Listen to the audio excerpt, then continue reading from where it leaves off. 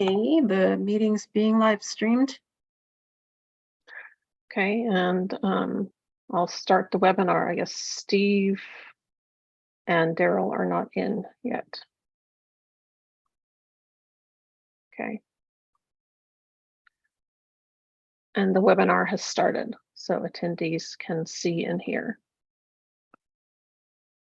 Okay, welcome to the May 2023 meeting of the Clifton Town Council, being held by Zoom in accordance with the information provided on the agenda that was distributed and posted.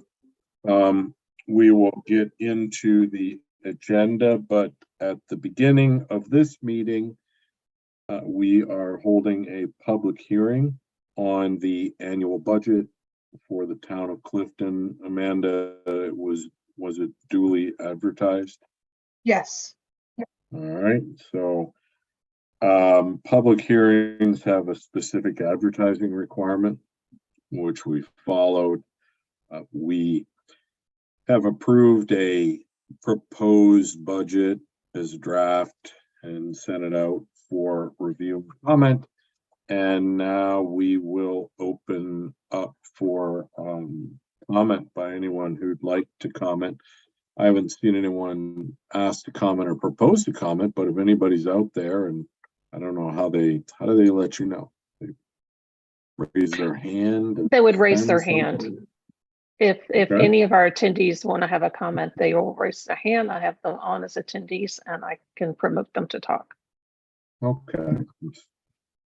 We typically don't have many, if any, comments. And one of the reasons is all our working sessions to develop the budget are public meetings that go on for many hours that everyone's also welcome to come. So there's nothing in here that's any surprise. Like we have two attendees that are probably here not for the budget. Okay. Well, we'll give it a minute or two just to make sure.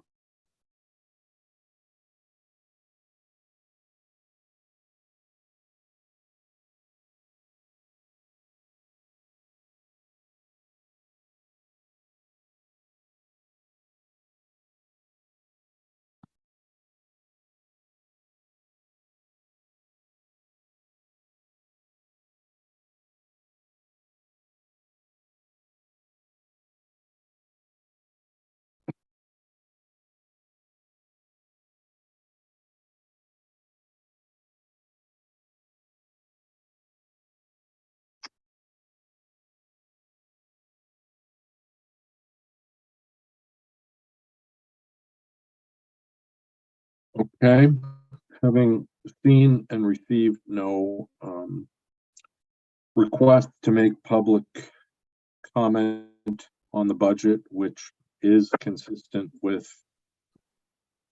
every year I've ever been involved with the budget, so it's not unusual at all. But having received no indication of interest in making any comments on the budget as part of the public hearing, I'll make a motion to close the public hearing.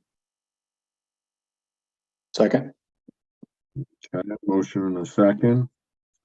All right, all in favor say aye. Aye. Aye.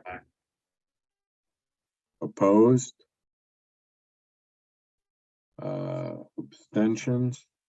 Okay, all right, so public hearing closed, and the next thing we'll do is act on the budget at the June meeting.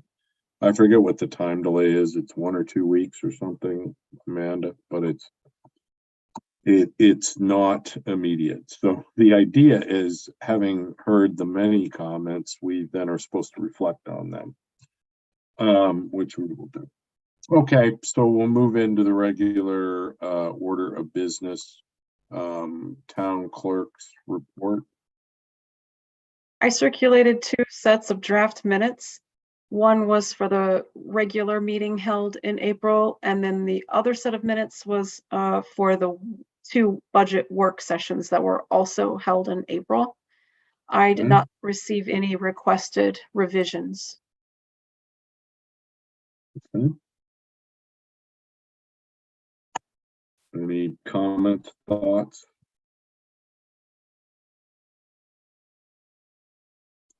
Okay, I'll make a motion to approve the minutes as distributed by the town clerk. Second. Second. All right, there's a motion and a second. All in favor, say aye. Aye. Aye. Aye. Aye. Opposed, say nay. Abstention. Okay. Anything else? Nope, that's it for my report. Okay, thank you. Treasurer's report, treasurer contacted me, had a family emergency, not able to be with us, but there are 2 things on his behalf that I wanted to bring to the council's attention. The first one is the John Marshall CDs are underway. Patrick, you'll be asked to sign something on that together with Nick and myself, and I think it'll be coming electronically. Okay, just a heads up. Yeah, I already did it. I talked to the bank today, so I'm done. Perfect. Okay. CDs, $320,000 will go in at 4.5%. So, terrific interest rate. And I spoke to Heidi, with John Marshall today, and Nick did as well. The second thing under the treasurer for approval is we had a tree taken down in Harris Park over the weekend. And if you weren't paying attention to your news feed, a huge tree came down on Dwayne Nitz's shed and almost hit his house. Big tree, 50 feet, something like that. They brought a crane out to lift it off the shed and cut it up and all that kind of stuff. Anyway, while they were there, this is Freedom Tree Service is the one that was out doing this for Dwayne Nitz. While they were there, they went to the park, and there's a walnut tree near the one that came up in the storm that was uprooted and fell on the house there. There's a walnut tree directly behind the house, right behind the little barn there. And all the weight on the tree is on one side, and the root system started to lift out of the ground. So the Freedom guy said, I got to tell you about this. If I don't, I'm liable or some whatnot. Idea being it's coming down, and at some point, and some point could be 5 years, it could be 4 years, 2 years, it could be next week. And you can either take it down in a controlled manner, or it'll fall and you'll see what you got to deal with. So based on that being a safety issue, we had the tree taken down. They dropped the tree on Saturday and cut it up and took it off this week. It's now gone. Unfortunate. It's a nice tree. It just was growing wrong, and we already had that problem with another tree. So I understand the charge will be about $2,000, but I'd like to get approval for up to $2,500 for when the invoice comes into Nick, so we can just get it paid. So I'll make a motion to approve the expenditure of up to $2,500 for Freedom Tree Service for the removal of the tree in Harris Park. Second. Okay. Amount over $500, new expenditure. We'll do a roll call vote. Holloway, aye. McDonald, aye.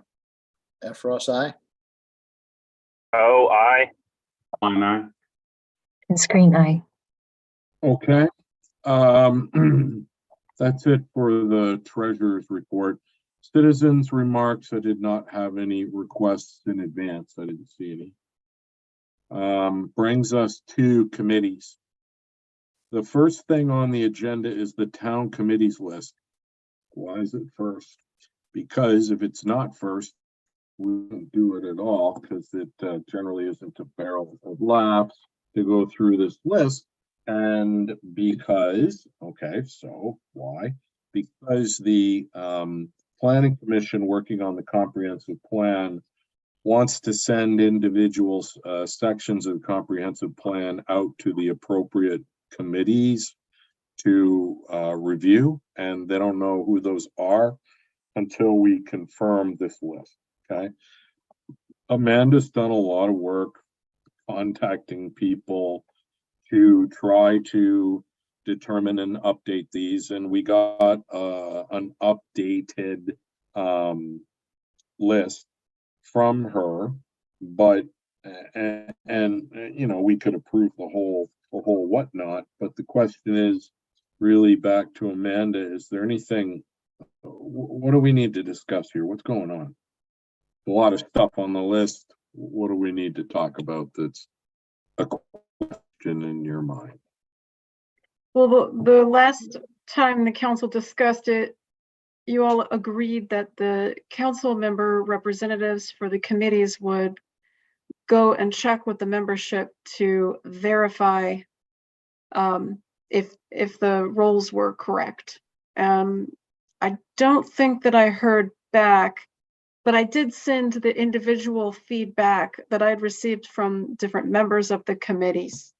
Not everybody responded, unfortunately. I did not get any feedback from the Committee on the Environment, and that's definitely a committee that I think would be part of the reviewing the town plan and possibly providing feedback or recommendations.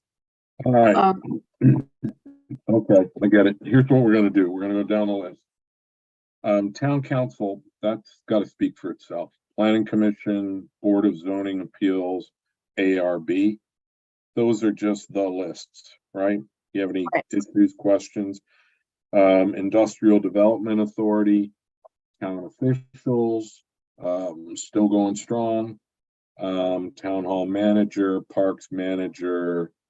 All right, now we get to something in a gray shaded box. I don't know why. Fairfax County Athletic Council, Jeff Stein. Sounds fine to me. Citizens Advisory Council, Reagan. VML Liaison, Steve F. Ross. Yeah, I have not acted as the VML liaison. Okay. All right, so who is that? I don't know that we have one.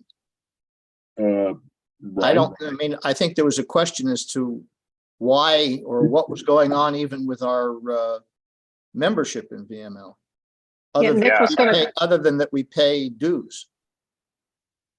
Well, we're a member of VML and they provide lots of good free stuff to us. Yeah. You know, if we want it. So it's a nice thing to be part of for whatever the dues are. I think this is who would speak to VML if there was a VML question. Is there a person who wants to fill that role? I think that's why my name was put down. I probably wasn't at that meeting. I understand. I'm asking the council. If not, it'll be a blank. Okay. Anybody? Okay. Fairfax County, make that fire and rescue. Okay. That's what you're talking about, isn't it?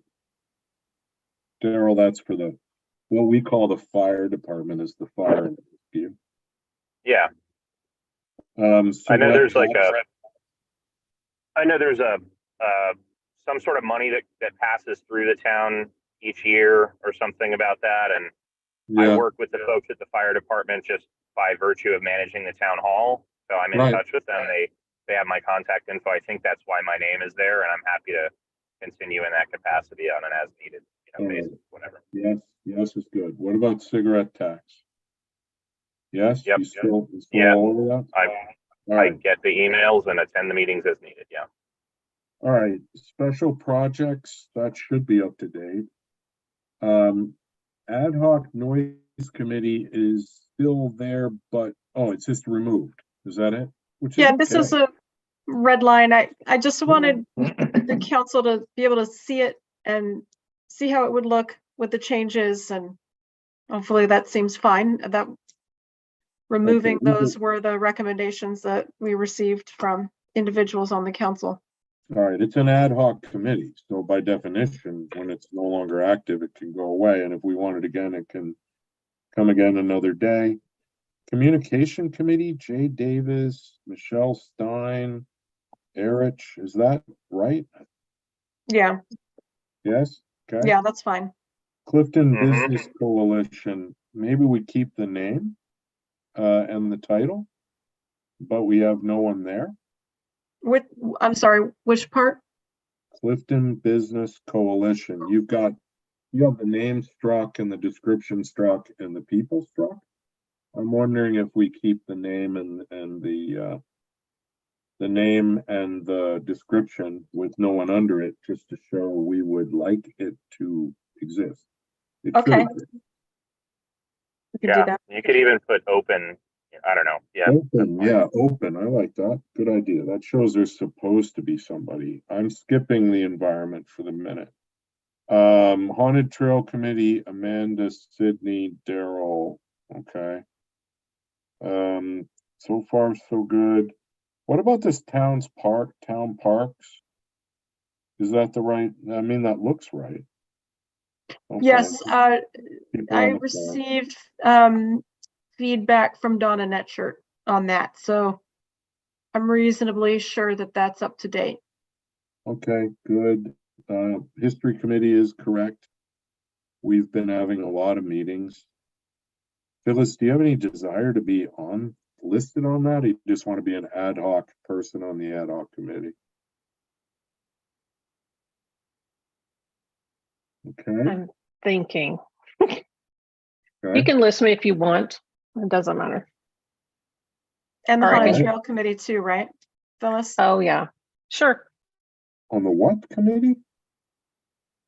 Add Where's the other Phyllis Haunted to the Trail. Haunted Trail? Oh yeah, okay. Knocks itself out. Not to put you on the spot.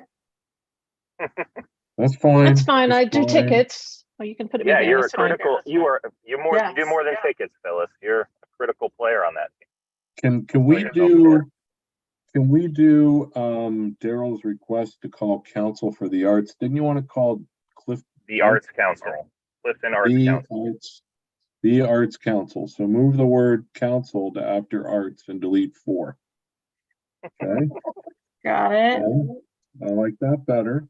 And then where you've got notes, something's crossed out per Donna, you'll get rid of per Donna. Okay. And that leaves only the Committee on the Environment. So we've got Reagan twice.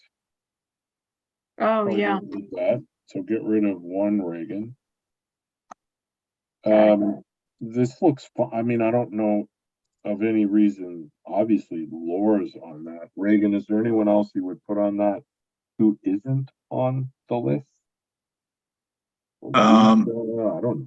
This list is moving around too fast for me to keep Sorry, up. where is it? Does anyone know where it is? Lynn, it's on the next page. I don't know who's sharing. Scroll Who's down. sharing? Yeah, there are It's only me. 2 pages. Keep Okay. going, Lynn. A little bit Only 2 further. pages. There you There go. we go. It's right there on the left. Laura, Michelle, Yeah, Mark, I and see. me. By the way, she sent this out to everybody, so that's Yeah, why yeah, I have I'm looking at my copy. All right, so there it is. Thank you for sharing, Lynn. I didn't see it. On the left. Yeah, I think Can that's everyone fine. see? I Okay. think that's fine. Okay. All right, looks like we're done. I like that suggestion that Daryl put in. If there is open space on a committee, that we might just list that open. Because there are a lot of new people in town who would love to be a part of a committee and just might not know how you would do that. So I think if there's a desire to have more people on the committees, it'd be helpful to also notate that here. What do you think about the Parking and Traffic Committee? I have it crossed out right now, but I think that committee did some helpful work in the past. And I think it might be, the town plan might benefit from some of that, but I don't think there's anybody on it right now. You want to leave? Do we still have their name? work product? from the work that they did. You Yes. you got flashing signs in town. That's the work from the traffic committee. That's it. I think Daryl's referring back to the group of us who live on the south side of town that worked with I'm forgetting her name, Milne, Melissa Milne, to try to get a little bit safer passage from the south side of town in. Okay, so we'll have the name Parking and Traffic Committee. Will it say open under it? So when excitement arises, it can be filled? That sounds great. I'm also happy to be listed under there. Okay, well, you can put Lynn under there as the town council representative and open under that. Got it. Okay, Daryl, holiday tree lighting event. Should we have Kevin Hutto? Yeah, he should be listed there. He should be listed there. Okay. Would we put Kevin Hutto chair? And you under that as rep? Yeah, I mean, yes, I should be the council rep for that event. Kevin Hutto should be the chair. Yeah. Okay. Amanda, did you get that? I did. Thank you. Anything else? This looks good. All right, I'll make a motion to approve the revised list of the revised town committee list. I actually have one. I'll second your motion, but I do have a comment. Go ahead. For the Clifton Candlelight Christmas Homes Tour Committee, I am happy to remain the council representative, but Lynn did most of the work on it this past year. So I don't know if we want to switch that to her or what, but I'm happy to remain the contact and work with Dara or whomever takes it on this year. But if Dara is going to do it again next year, and Lynn will be working closely with her on it, I think it might make more sense to make a switch there. But okay, Lynn. Yeah, I'm happy to do that. Unfortunately, I have a commitment that keeps me out of town until the hour before the tour every year. So I do work with her, and it just depends on if what the requirements are to physically be present, because that could change for me to not be available. Sure, I'm happy to stay on the committee and support the event. But if you're going to help out with Lynn will be the town council representative. I mean, frankly, I don't see that as a show up on the day. I see that as actually being involved in the planning and development. And then what happens on the day is just what happens. Hopefully it kind of plays by itself. And Daryl's saying he'll be on there and you'll be able to help out if anything comes up. Is that right, Daryl? That's correct. Yeah, happy to. Okay. I have one question. Go ahead. We usually advertise it as the Historic Clifton Holiday Homes Tour. So I don't know if you want to change your committee name to be That's matching. a great suggestion. I think it should match. Yeah. Yeah, I think Historic Clifton Candlelight. Holiday Homes Tour. Okay. Candlelight wasn't in the name, but Oh, okay. Holiday Homes Tour. Got it. All right. Okay. All right. Any further discussion? Okay, so motion is second. All in favor, say aye. Aye. Opposed? Abstentions? All right, there it goes. All done. Easier than expected. Okie dokie, planning commission. All right. Kathy is out of town. She asked me to present her report. The Planning Commission met on April 25th to review an application for a final construction use permit from Josh Snyder of JLS Investments, LLC, for construction of a home at 7184 Clifton Road. The applicant certified that all required Fairfax County permits have been obtained, that the construction has been completed in accordance with the preliminary use permit and approved plan of development, and that the ARB has confirmed that construction was completed in accordance with the ARB requirements. Also, upon issuance of the final use permit for construction, the Planning Commission understands that the county will issue an occupancy certificate. Therefore, the Planning Commission recommends that the Town Council approve the final use permit. All right, I'll make a motion to approve the final use permit for 7184 Clifton Road, as recommended by the Planning Commission. Second. All right, got a motion, a second. Anybody have any questions, discussion? We're finally putting a fork in this. It's been going on a long time, and it's great that it looks like it's finally getting resolved. So any questions before we don't talk about it anymore? Okay. All right, there's a motion and a It looks like second. Josh has joined us. Yeah. Hey guys, I'm here. I don't know if you have any specific questions or anything for me, or anything you'd like me to talk about specifically to the project. Just give us a general overview of what happened and where you're at and how you're feeling about it. Yeah, so I mean, you guys probably know the house is on the market. It's actually under contract currently. You know, all building permits have been closed out with the county, including the retaining wall permit, which was the last one we were waiting on. I've gotten site approval as well. So, you know, this is the last item. Once I get this, the county will provide or issue the RUP. Okay, it's good news. Yeah. Anyone else have any questions? Just a I'm comment. almost afraid to ask questions because of how easy Josh made this look compared to the last several years of struggling with this property. Yeah, I guess that's the fair question. We've been dealing with this for a long time, as you likely know.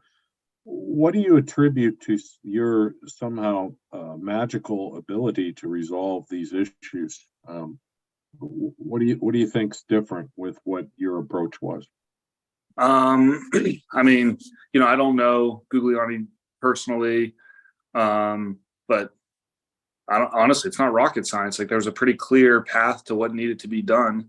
The biggest issue is probably the retaining walls. And I think he was trying to just do it as inexpensively as possible. And, you know, the walls that he had built there failed, or they were already failing after like a year and a half or two of being built. I mean, as far as getting it done, everything was pretty clear, straight and clear as far as what needed to be done. The county was great to work with. Amanda, I just want to say I appreciate you. Your level of communication is exceptional, and you made it very clear and explicit in terms of what needed to be done in order to get to this point. So just, you know, I mean, following directions and, you know, yeah, it was definitely a lot of work to get the project done, but I kind of knew that going into it. Okay. Not to ask a difficult question, but ARB stuff, was that all resolved? Yes. Okay. Yeah, we had a walk through with Royce at this site. Okay, good. All right. Thank you. Anybody else have any questions? Steve, you said No, I was just saying congratulations. yeah. Can I, before you vote, can I show you all some pictures that Josh sent me? Yes. Okay, Yes. give me 1 second here. I don't know if I have to show pictures individually. All right, here, this is the rear wall, right, Josh? Yeah, correct. That's the back of the house. Yep. Okay. Nice. Lovely. All right. 1 second. Got a good picture of the side, or I guess we call it the front. Yeah, the front going out the driveway.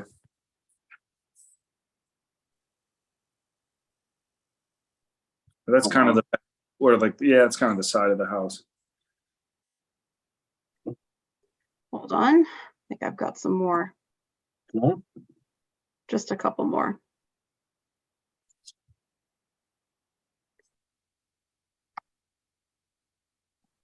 Oh, hold on. Here we go. Sorry, I can't do a a side-by-side comparison with what was there before, but that's a very, very big improvement. Yeah, I mean, what was there before was, it was a joke, honestly. It looked kind of like railroad ties, the original one. Is that correct? Yeah, yeah. He tried to do it with like 6x6 posts, wood posts, and then like, I don't know, 2x10s or something like that. And he had no guardrail either on top. He was trying to, in the county, if you're below 3 feet, you don't have to get a permit. And he was trying to kind of skirt that issue. But this wall at certain points is close to 6 feet high. So that was, one of the issues that he obviously came across among a bunch of other items that had to be dealt with. So, yeah, there's actually, you guys are probably aware, there's actually a court case in about a week that, that I'm a witness at. So we'll see how it ends soon, I guess. Well, let's hope all of that is over with as well soon enough, and we can move on. Appreciate your help, Josh, in putting this issue behind the community. I mean, we've spent an extraordinary amount of effort on this ourselves, and we just want things to be done right, properly, and safely. It doesn't seem like a big ask, so it generally is not. A lot of people do work. Every once in a while you run into a problem. So appreciate your help getting this done. Yep. Thank you. Okay, there's a motion, a second on the floor. Any further discussion? All in favor, say aye. Aye. Opposed? Abstentions? All right. Final use permit. I've signed the thing already, by the way. Oh, fantastic. Yeah. So Amanda, whenever you want to get that, or what do you want me to do with it? Scan it in or what? So I will need the signed final use permit draft that I sent you, plus, if you don't mind signing the proposed letter that I sent you. I signed the letter. Okay. Resend the use permit itself again. Okay. Phyllis will print it out and stick it in front of me and I'll sign it. So Josh, as soon as those are signed, I'll package them together and I will email them over to you, and I'll copy the county folks as well. So then you all can proceed. Okay. Fantastic. Last step. Thank you so much. Thank you. You bet. All right, on to what else you got here? There's one more item on the Planning Commission report. The Planning Commission will meet May 22nd, 2023 with respect to the town plan, and as part of this discussion, we'll request that consultant prepare designated segments of the present town plan to be distributed to those town committees having knowledge of and interest in the specified subject matter. The Planning Commission therefore requests that the town provide the Planning Commission a list of those active and appointed town committees and their contact persons. So sounds like we have the roster. I'll clean it up, make all the changes and provide that to the Planning Commission. But this is definitely information for you all, that there will be that meeting held in person at the Acacia Lodge to start putting together ideas and sectioning up the plan to hand out to the committees. Okay. All right. And then we've got this part of the agenda. We just always have placeholders, whether there's anything to report or not. So zoning administrator, you don't need to have anything to report. It's just on here. Just that 7184 Clifton Road is just about finished. Okay. That was going to be my report. Okay. That I've heard. So thank you. Very good. What about the Architectural Review Board? There was a meeting, yes? Yeah, we had a meeting. We approved the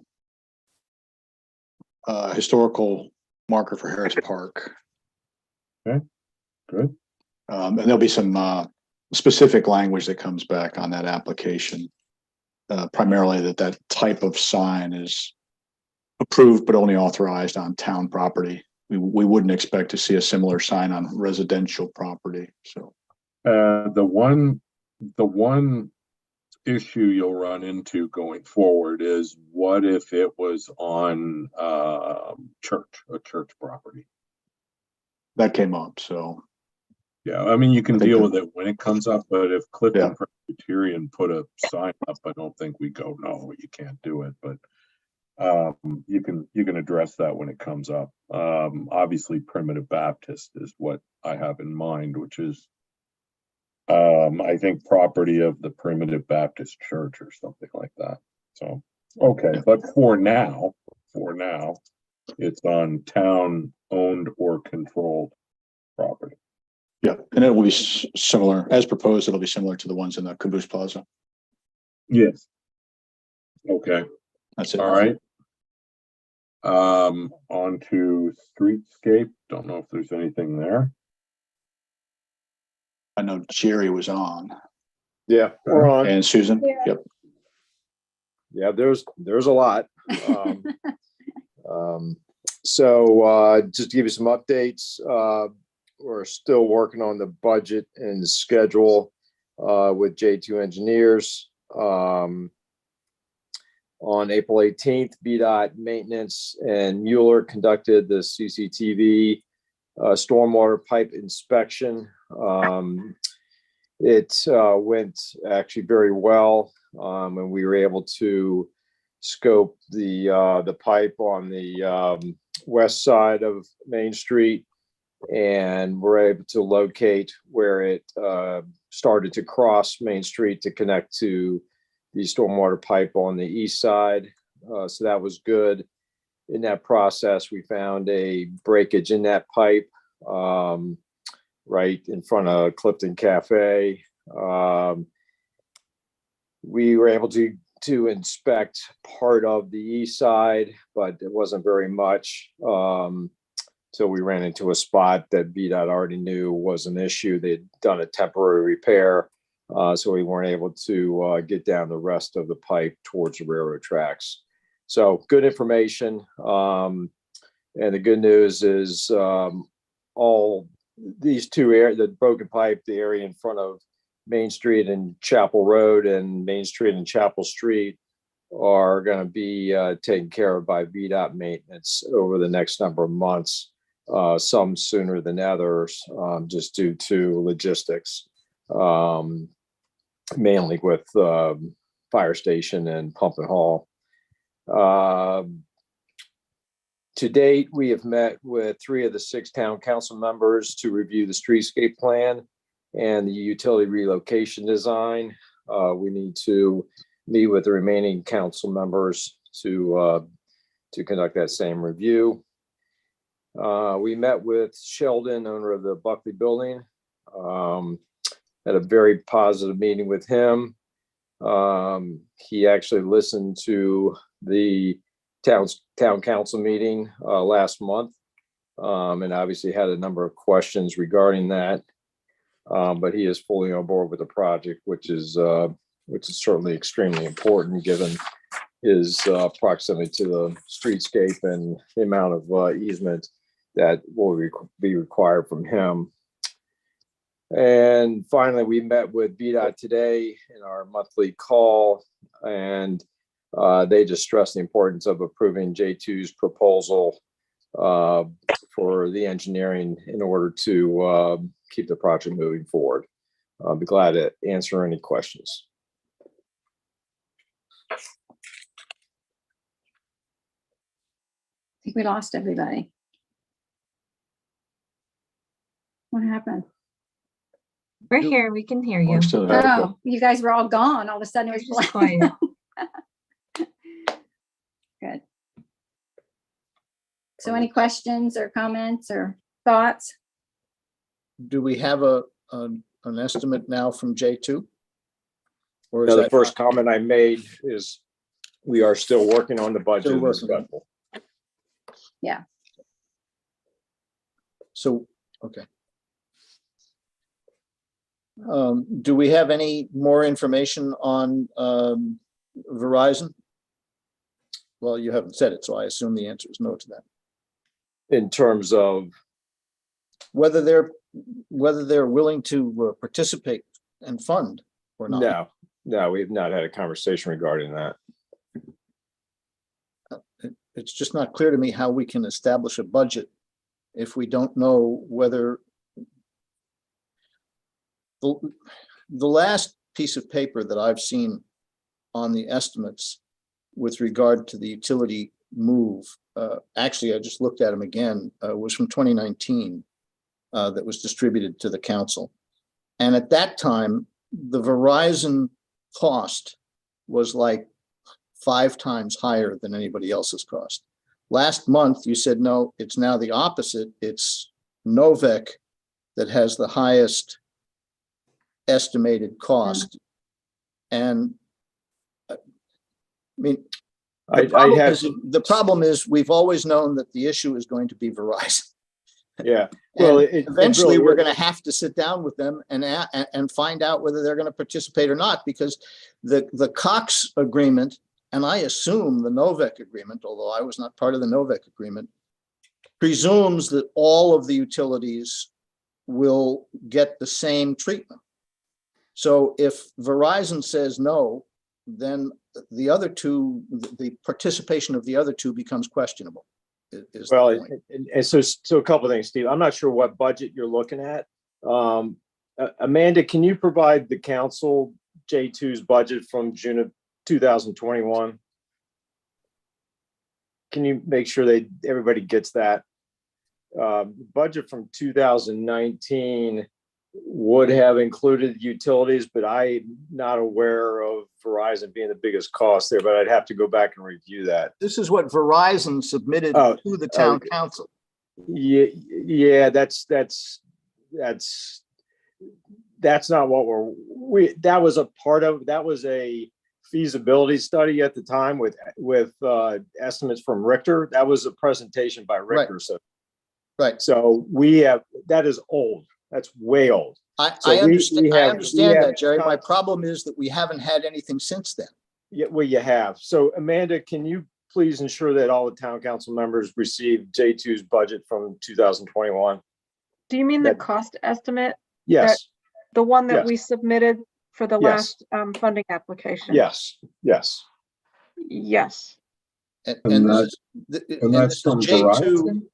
This is J2 estimating what Verizon would have to pay, or is it? No. So let me back up. Let's stop. Okay. So we've had a number of cost estimates for the project over time. Every time we request funding, we have to have a budget, a cost estimate. Okay. We have to submit that. So prior to utilities coming into the picture, we had a cost estimate. Right. In 2019, or actually, sorry, in the maybe in the early 2020, we did an updated cost estimate which included the utilities. At that time, those cost estimates came directly from each utility company. Right. Okay, not an estimate from a consultant, directly from each utility company. Right. And in 2021, when we had applied for additional funding, June of 21, J2 updated it again. And that is June of 2021, which is, so it's not that old. And again, it had all that estimate in there. Nowhere along the line has Verizon been the most expensive. That's just not the case. So it's always been Novec, been the highest by far with Verizon and then Cox. Anyway, in terms of franchise agreements, I'll reach out to you, Steve, just in particular for Cox, because I think the language, I'm not sure exactly what the language says, and I'd like to get your interpretation and clarification so we can do that. I'll send you an email. So anyway, so that's it. But the last I knew, when we were talking with Novec, they said they felt that it was probably going to be okay, but they never Correct. said anything definitive. Correct. That's still where we are on that. Yes, generally, yep. The 2021 updated estimates, did those costs come directly from each of the utilities? Yes, Okay. as well as the one that done in late 2019, early 2020. Okay, so in 2021, the utilities sent us updated cost estimates. Yes. Okay. We had some general estimates and from them, and since then they've gotten even clarified further. But all those are within the original estimates that we had. Okay.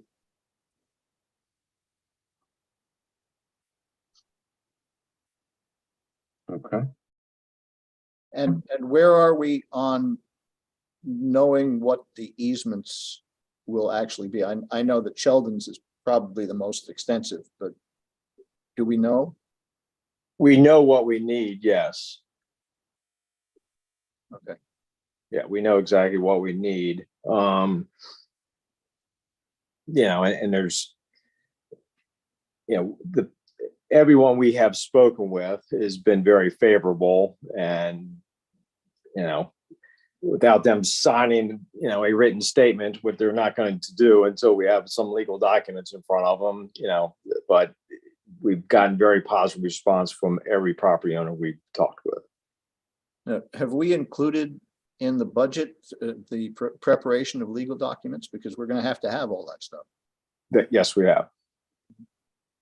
Okay. All right. Well, I'll try to find time over the next 30 days to get up there and go through the documents. Yeah, for Bill, for you, it really needs to happen in the next week. It needs to happen very soon, so we can get our ducks in a row and hopefully be able to provide some more information for the town council in a month. So we don't want to wait till a couple of days beforehand for the next meeting. As I said, VDOT stressed the need to get J2's proposal approved, so we need to work towards that. Or the project will stall completely, which I don't want to be in that position. Hey, Jerry, you mentioned you're updating the budget. When's that going to be available? I wish I knew. I was hoping we actually would have had it for our VDOT meeting today, but we don't currently. So certainly we should definitely have it for next month. Jerry, and that's the J2 engineering budget, is that right? That's correct. Yes. It's their estimate for the project. Yeah. I think there's also a missing piece from town, maybe a request to our treasurer to be able to present an accounting report of the expenses and reimbursements, so we can see what money has gone out from the town. I know that we've talked about this over the many months. Is that something that I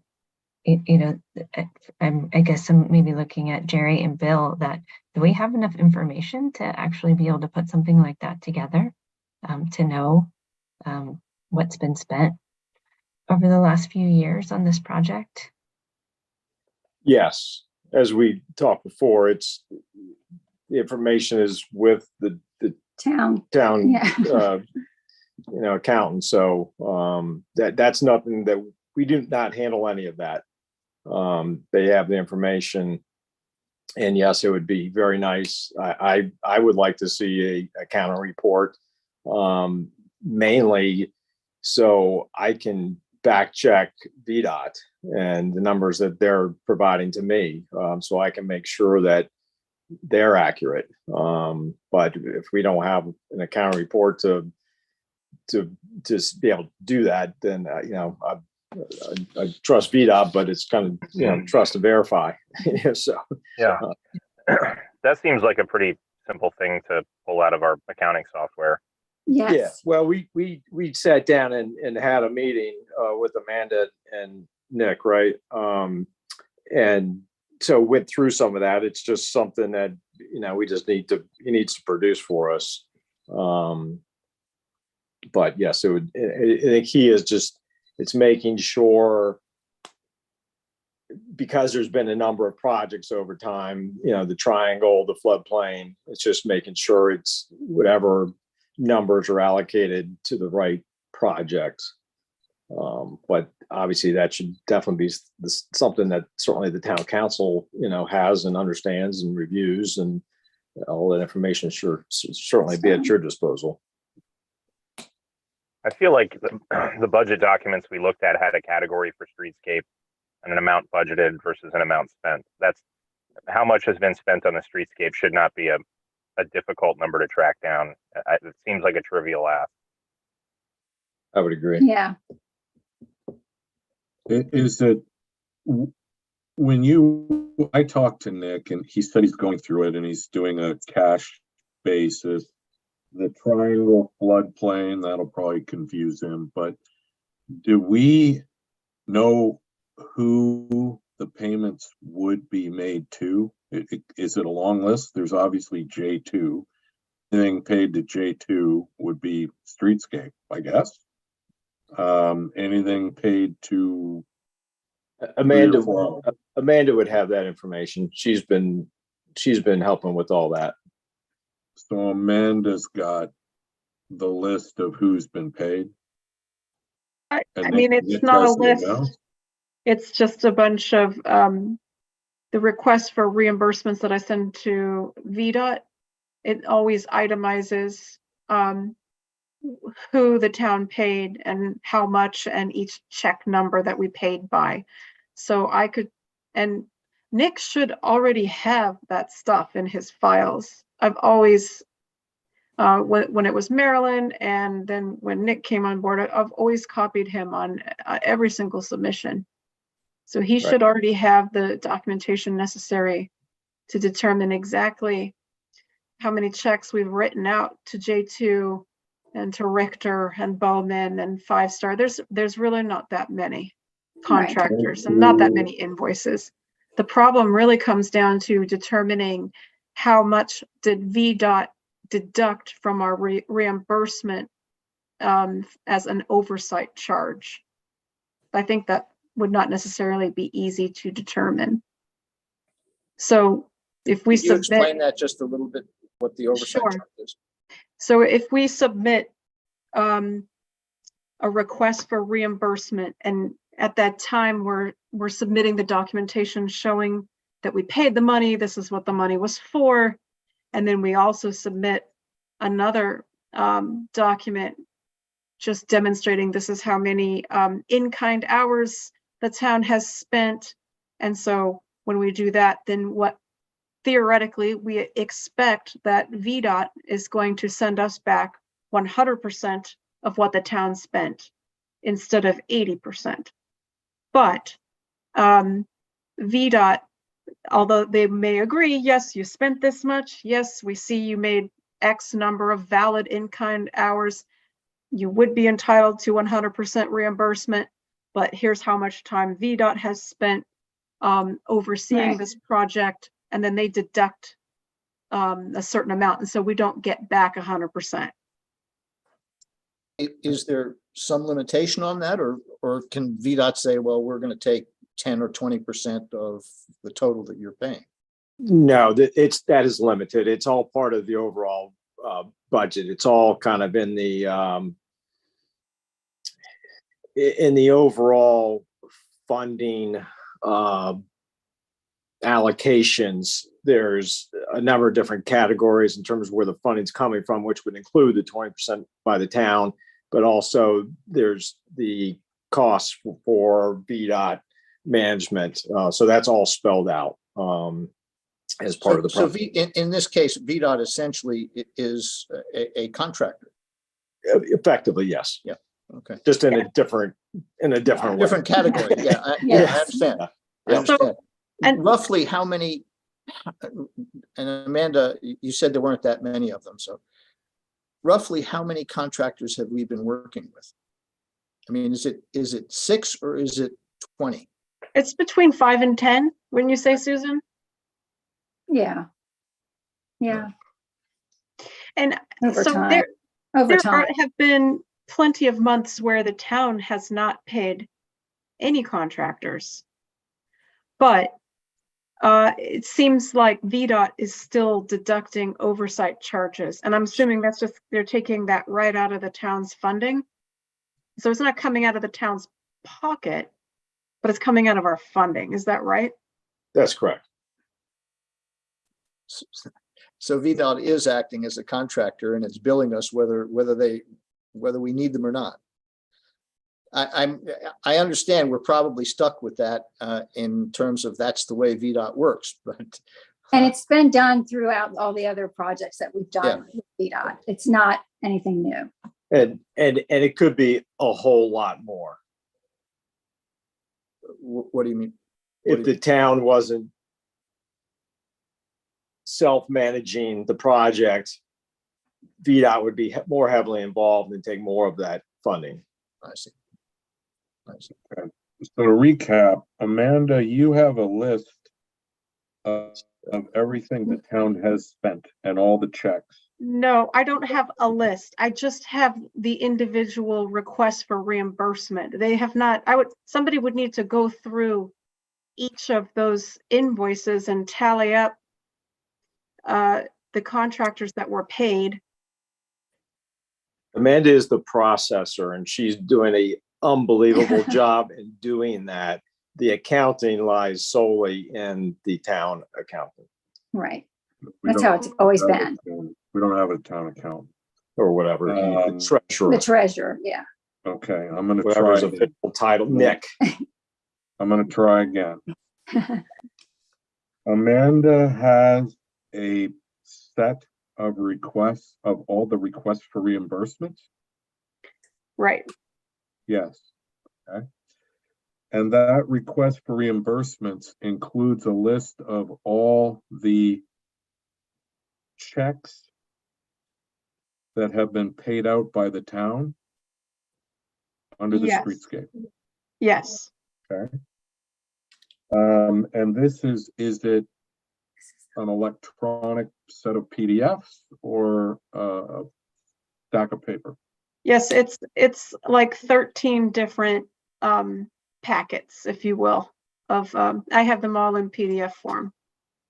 13 packets in PDF form. Right. And that is the whole list.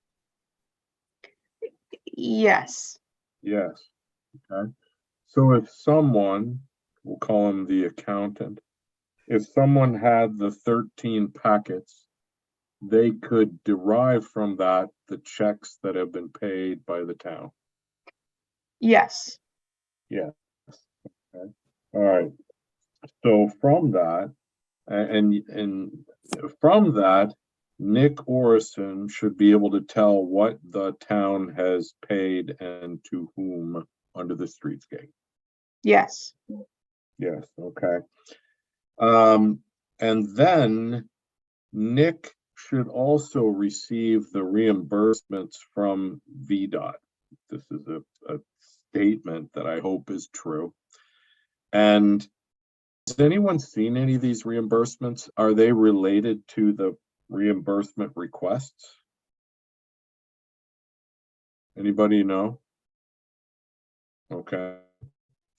All right, so we put in 13 packets and we've asked VDOT, by the way, is the punchline a request for a specific amount in the packet, Amanda?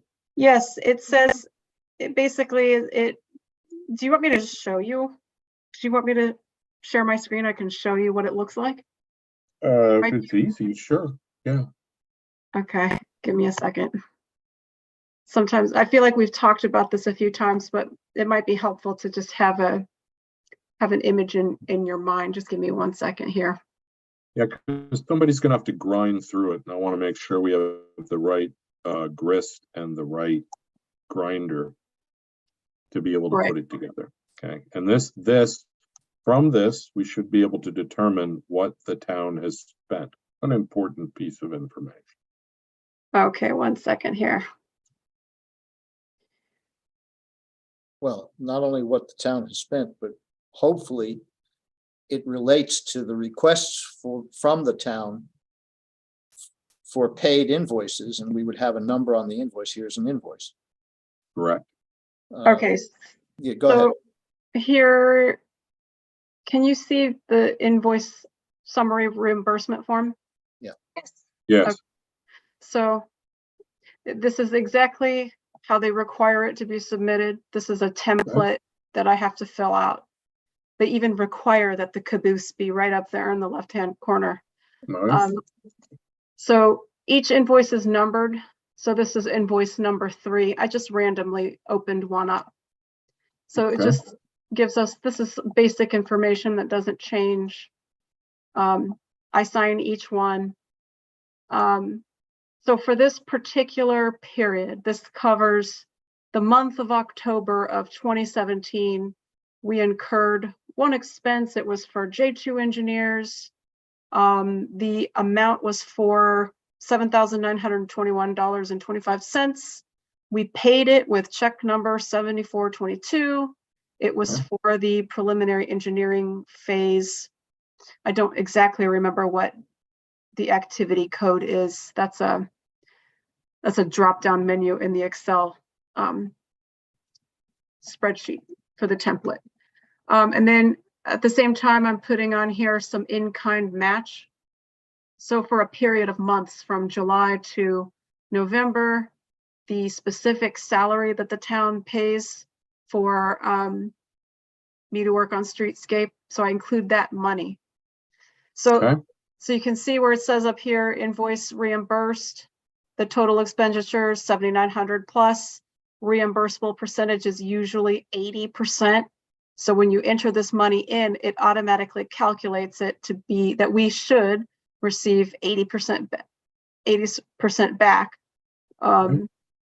6,300 plus. But then I'm including down here, but actually look at all this in-kind match that we have provided. And so there's more in-kind match provided than what we even really needed just for this one invoice. And it just kind of goes into a little pot. It's like just a VDOT keeping track of how much in-kind that we're building up over time. It's almost kind of like a bank, and we draw on it when we need it. A question.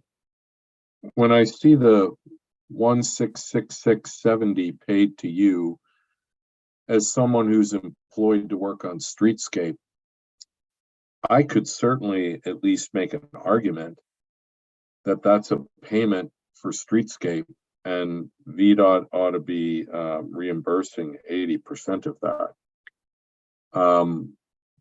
Why is that? When I think of in-kind, I think of unpaid, but here we're actually paying. Is there a reason that VDOT doesn't reimburse us for that? I don't know if it would make more sense to do it that way or not. I mean, there are some months where I'm doing more, and some months where I'm doing less. Yeah. Okay. We've just always done the same way with the volunteers. Sure. I guess that's a good question. I don't know why we do it this way. We just, other than that, we always have. So volunteers, that number would be 0. 0, right? And 80% of 0 would be 0. No, that's not true. That is absolutely not true. Amanda, do you want to explain that, Amanda? Well, yes. Does VDOT reimburse us for 80% of the volunteer cost? We use the volunteer costs to make up that 20% shortfall, so that we're getting reimbursed at 100% instead of 80%. And so for each volunteer, I go through the Department of Labor statistics, and I look up what they should typically be paid per hour based on their qualifications and the work, and I provide that documentation to VDOT. So like for an example, when Steve was working, he helped the committee out with one of the franchise agreements. So I looked up, I think, like telecommunications attorney, and I found what that salary typically would be in this area at that time.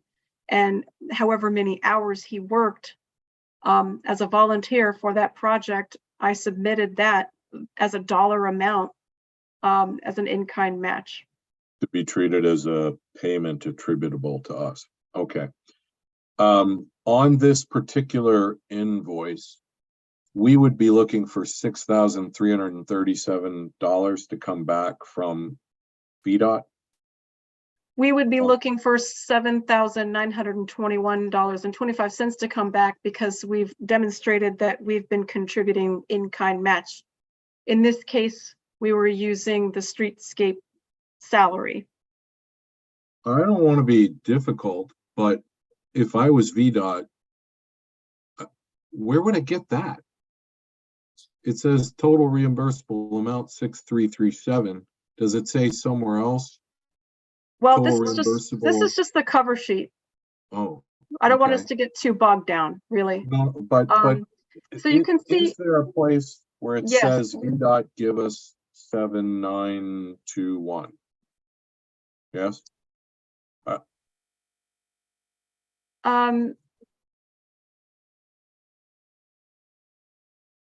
It's been a while since I've looked at this specific invoice, so I would have to take some time to look through this before I could really give you a good, if I could use this as an example. I usually put notations on the cover sheet, like I did here with the in-kind match. I also sent a transmittal letter to VDOT explaining how much we're using. I'm just going to go ahead and skip down to the end and show you the in-kind summary sheet. All right. Okay. It's right here. This is from really the very beginning. This just keeps track of how much at the time of my time had been spent. And VDOT knows to look for this, that they know that we are trying to submit in kind to cover the 20% difference.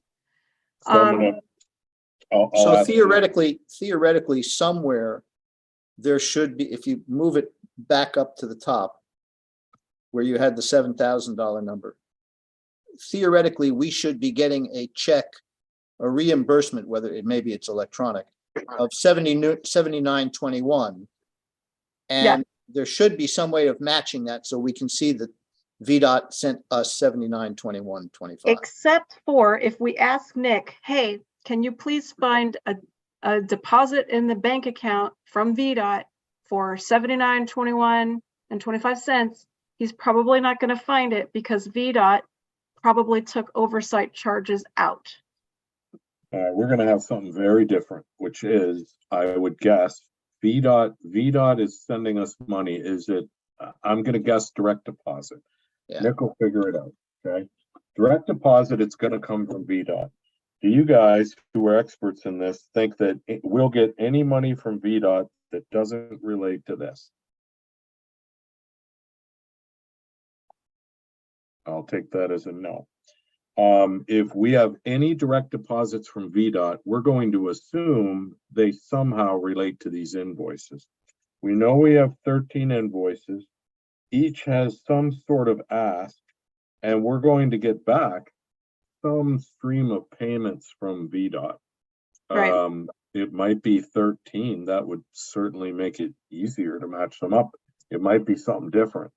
But if VDOT sends us something back, and it sounds like you don't see anything back from VDOT where they reconcile the invoice.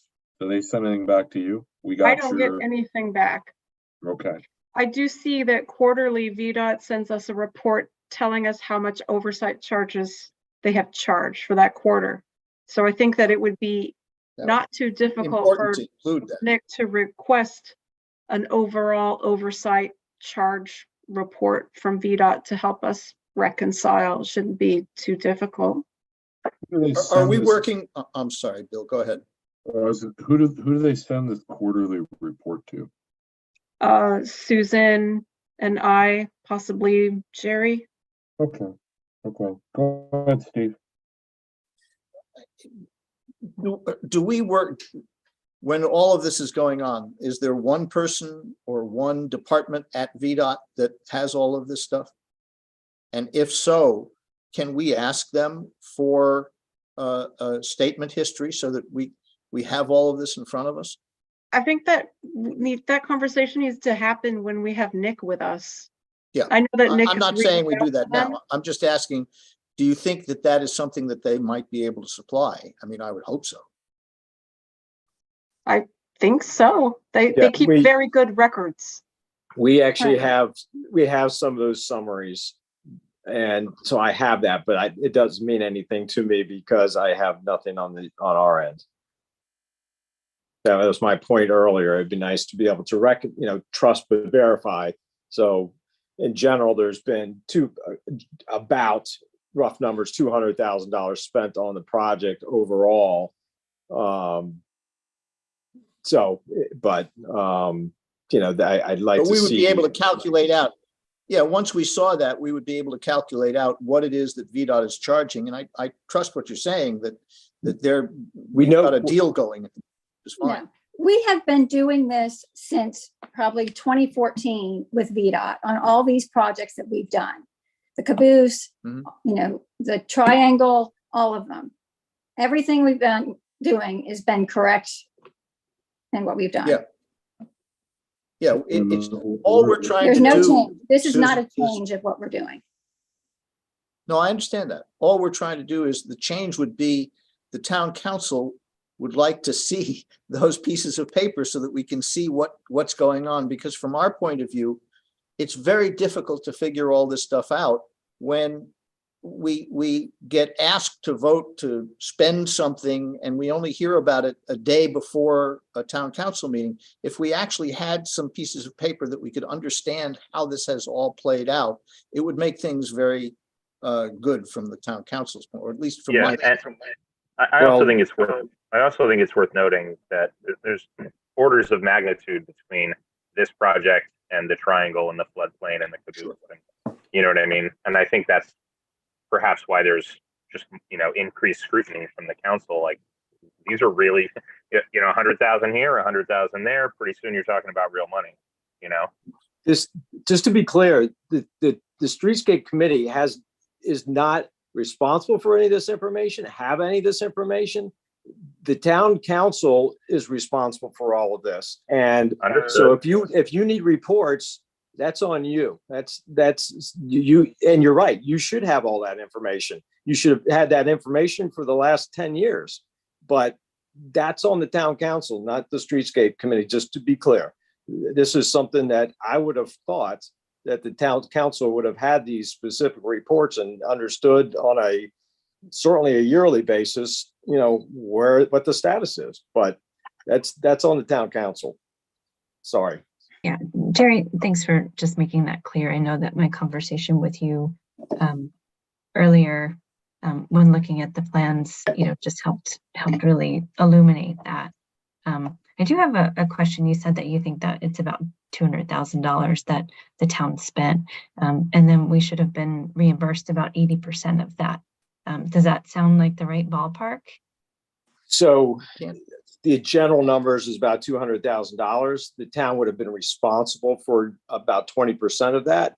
I believe the town is actually, in terms of dollars spent, is probably very close to zero because of the in-kind match. Correct, Amanda? Am I wrong with that?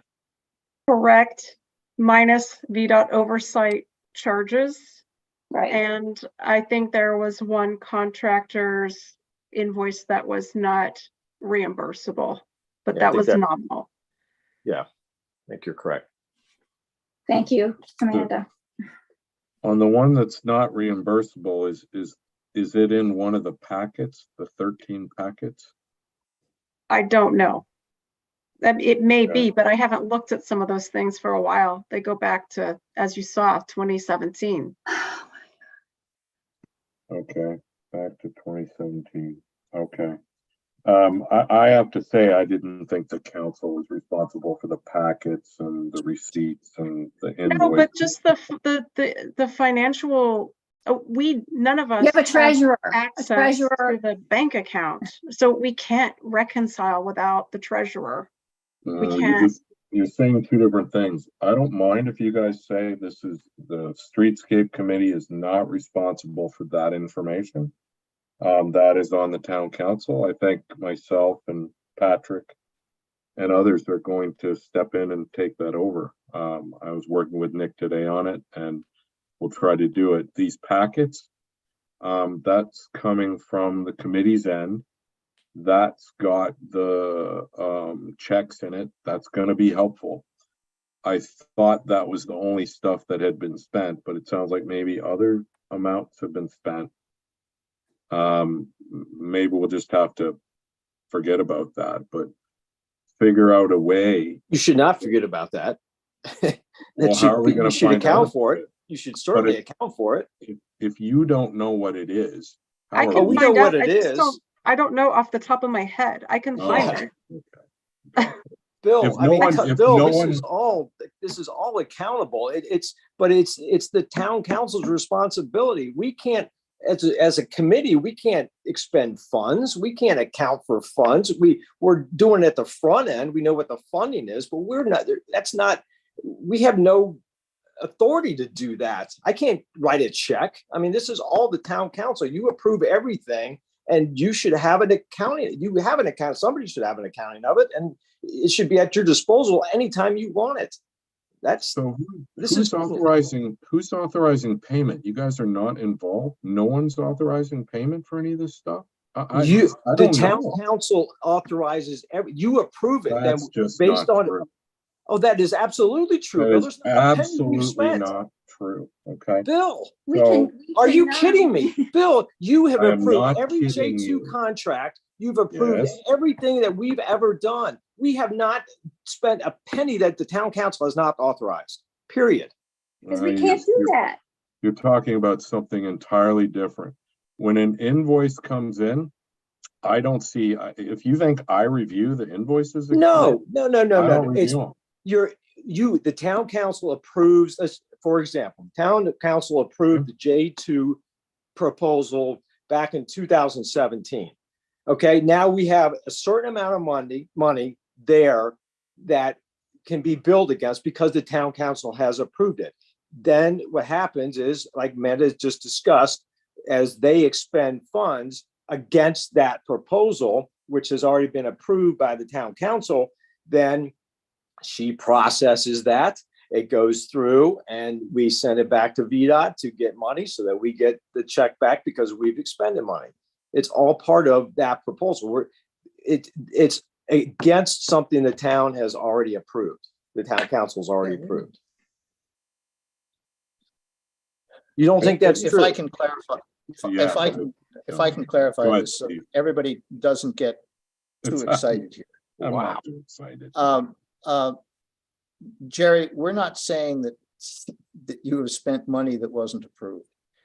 What has obviously been a disconnect is the process after a generalized amount of money has been approved. The process of getting invoices, paying invoices, then reporting to VDOT and getting, however we do, the money back from VDOT minus their supervisory cost, whatever they call that. Right. We have never over the, what is it now, 6-7 years, we have 10, never 12 years. All right, 10, 12 years. We have never seen that picture in whole. The members of the town council, myself included, have been trying to ask for that for years. We were under the impression that it was something that was dealt with by the committee. The committee is saying, no, we didn't deal with it. It was dealt with by the town. So there has been a disconnect. Clearly, there has been a disconnect. Nobody is accusing anybody of spending money that they didn't have the authority to spend. That's not the point. The point is we haven't seen in an understandable form how the process worked, what the numbers are, and how they look today. And I think that Daryl was the one who said it more poignantly than anybody else. We have gotten to the point where we understand that there's going to be some very big amounts of money being spent here in the future. Last week or last month, you made it clear that you didn't think that we had a sufficient budget, that the cost of construction was going to be considerably higher than what we anticipate. All right. No, I didn't say that. And I think I didn't say that. you said that $700,000, which was the remainder, would not cover the cost of construction. No, That's I what didn't you say said that. last night. I did not say that. Well, then I I feel misunderstood. I feel currently we have the funding adequate to complete construction. Yeah, don't worry about it, Steve. It's not worth it. Okay, all right. The point being He's got an that attitude. we're all, as Daryl said, saying this is now getting to be serious money. We want to be able to see all of this stuff. And it's been very helpful so far tonight to be able to say, all right, how do we do that? How do we Right. get that done? We're not accusing anybody of anything. We do Right. understand that Amanda came into this in the middle. We do understand that Nick came into this in the middle. And these processes were never adequately established. So what we're saying now is we've got to establish these You had, processes very prior clearly before we start spending more money. Steve, that's You not had a- true. but you also You've had a always, prior you had a treasurer. prior treasurer. She took care of this stuff. Prior to Amanda, she processed everything. It's again, all that stuff is handled by the town, the town treasurer or whatever. She did So it. so if you didn't know that, I don't know what to say, but the town treasurer is responsible for that. So it's that information has always been at your hands. You just needed to ask your town treasurer. Okay. Simply as that. What you're trying to say is that information should have been available. It should be readily apparent. Absolutely. That information is not available, and none of these council members has that information. Well, What that's we're the trying fault to of the do- that's the fault of the town treasurer or the town council not putting it on the town treasurer to provide you that information. It's there. It's in Or both. It's the fault of everyone except you, okay, and the streetscape committee. That's fine. What we're talking about is now that Really? you've said that is on the town council, we are trying to divine how to figure that information out. And we heard about the packets from Amanda as a good starting place. I thought that was the whole thing, but then I heard there might be stuff that isn't in the packets. So there might be a couple stragglers. Doesn't sound huge. We'll try and find those. And the packets should have information, and Nick can go through that. And then, I mean, I talked to Nick about it, but I'm assuming money comes in from VDOT. Can I have a comment? Yeah. Prior to, I guess, fiscal year 2021, we have audits from an outside auditing firm that should have captured every single payment on the streetscape and categorized it for us. So anything that we have audits for, it should be a lot easier to track down. Just for whoever's taking this project on from the council, review the audits for the years that we have them. That's a good idea. That's a good idea. Doesn't the town get a year-end report on expenses and so forth? Don't you have the audit is not an audit of the project. No, that. So I think Jerry, what we need to get, like any project that we would run, a spreadsheet that's got however many invoices we sent, how much we billed, how much was 20%, how much was covered by in-kind, how much did VDOT charge for their PM management. It'll all fit on one sheet of paper. We just need to collect up the info, and that'll tell us how much is left in the contract. And it's just not rocket science. We just need to collect it up. No, not at all. Right. So it's not tough. We should have been doing that all along. And then there's coordination that's needed between the project and the treasurer. And, it should be one common thing. And it should be either a monthly or a quarterly report that we all agree on what the format's going to be and what information is needed. And we just populate it as we go. We're behind on it, obviously. So there's a understanding gap, but we need to clean it up and keep it current. Right. Because I frankly want to see that so I can reconcile with what VDOT's telling us to make sure it's accurate and say, hey, VDOT, I don't think this part's correct. You need to go back and check. And the second sheet of paper, the second sheet of paper needs to be the accounting of the overall budget and the grants and the categories. Right. And the fund matching. And it's that, it's kind of like the form that VDOT sends, but that form itself is confusing. But if we had those two sheets of paper, anything that we've got an open contract on, we've got a very clear accounting of where we are in the movie. and then where we are in the program. And that's Right. in that, 2 sheets of paper. Yep. And Right. as a result, Reagan, we're getting money back from VDOT, we think, but we have no idea how much and no idea how it compares to what we sort of asked for. And so we need that piece of information. And my hypothesis was that if we look at all payments to the town by VDOT and assume they all relate to these invoices, then we'll just get a stream of payments. And hopefully the timing of those and the amounts will bear some resemblance to the packets that Yeah, I'm sure they will with a little bit of research. Yeah. Okay. Now, appreciate what you said, but I just want to make sure that is, quote, that is on the town council, right? So I would work with Nick to track that down with these packets. Well, I think it's a joint effort, Amanda is preparing the invoices, I think. No, I just submit the documentation to VDOT. And there's no way for me to track what comes back because I don't. Well, that's hear the back. coordination that's needed between the project and Nick. So we've got some work to do there. But it's, it's a collaborative effort. Nick won't know what the project's doing and we don't know what the treasurer's doing. So we've got to collaborate on that to get all the information to make sure that he knows that we need the feedback when the payment comes in of what happened. Yeah. And it all should be stored away in a folder for the project, even if Nick's keeping it. And to be clear, we would certainly be happy to help in reconciling everything, but I don't have any of that information. So but once it gets on, in a report, then we can certainly look at that and ensure that it's reconciled properly. But I have no way to knowing that until, the report is prepared. So. And if you go back in time, Maryland's financial reports regularly included when there was a check cut by the town to who it was for and for how much. Right. And right. That's, we haven't really had any expenses in the last couple of years that we've been paying out.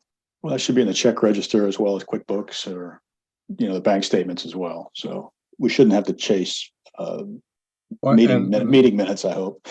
And Reagan, that was my question about if we could identify, it sounds like the packets list these checks. So there's a way to pull them out from there.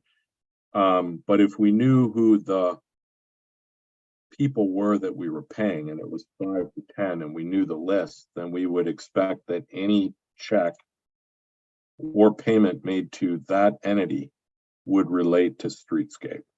So we can figure out that list. Is that something you guys can provide or should I try to do it? So Amanda and Susan and I and Nick sat down together, Amanda, a couple months ago, 3 months ago, whatever it was. And on this exact subject. Okay. And we asked Nick, can you provide us a report of what has been spent? And he had all his spreadsheets on his laptop and he was, going through it all. And he says, yes, I think I've got all this information. Who was the previous treasurer? Marilyn. Maryland. Thank you. Maryland, he says Maryland's records. I have all this stuff here. I just need to kind of pull it together. I mean, he just generally was saying it's all here. It just need to pull it together. And he said this should not be a big deal. And I could get this report together. And so this isn't rocket science. He's got it all there.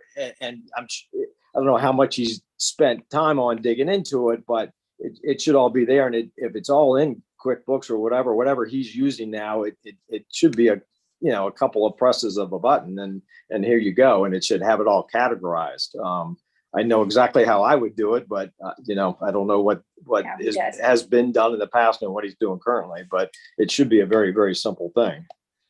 Yeah, Nick could literally open up and look at 13 pages and see exactly who's been paid, when, and what was the check number.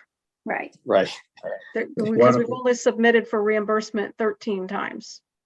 What are the 13 pages that Nick would look at? It's the cover sheet that I just showed you all. The packet. Yeah, that's the first page of each invoice, and there's, or excuse me, that's the first page of each of those packets.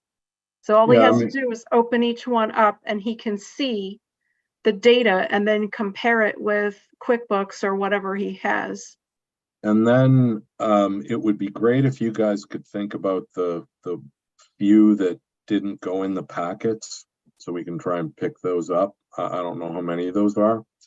Going forward, we can surely do a better job, but I'm thinking about looking backward. I think the packets are a good place to start. You're saying he can open his system up and press a button and all the checks for streetscape will drop out. I doubt it, but I hope. No, I that's just think true. he can I think the easily packets- see it from the cover sheet. Yeah, no, the packets are great. And then we're gonna have VDOT, and then we're gonna have some idea of what VDOT's reimbursed and see whether VDOT's doing what they're supposed to do. I hope they are. I don't know. And what the correlation is between what we've requested for reimbursement and what they've actually reimbursed. Okay, so there's some. I'm glad that we arrived here. Go ahead. I was just going to say, I'm glad we arrived where we arrived.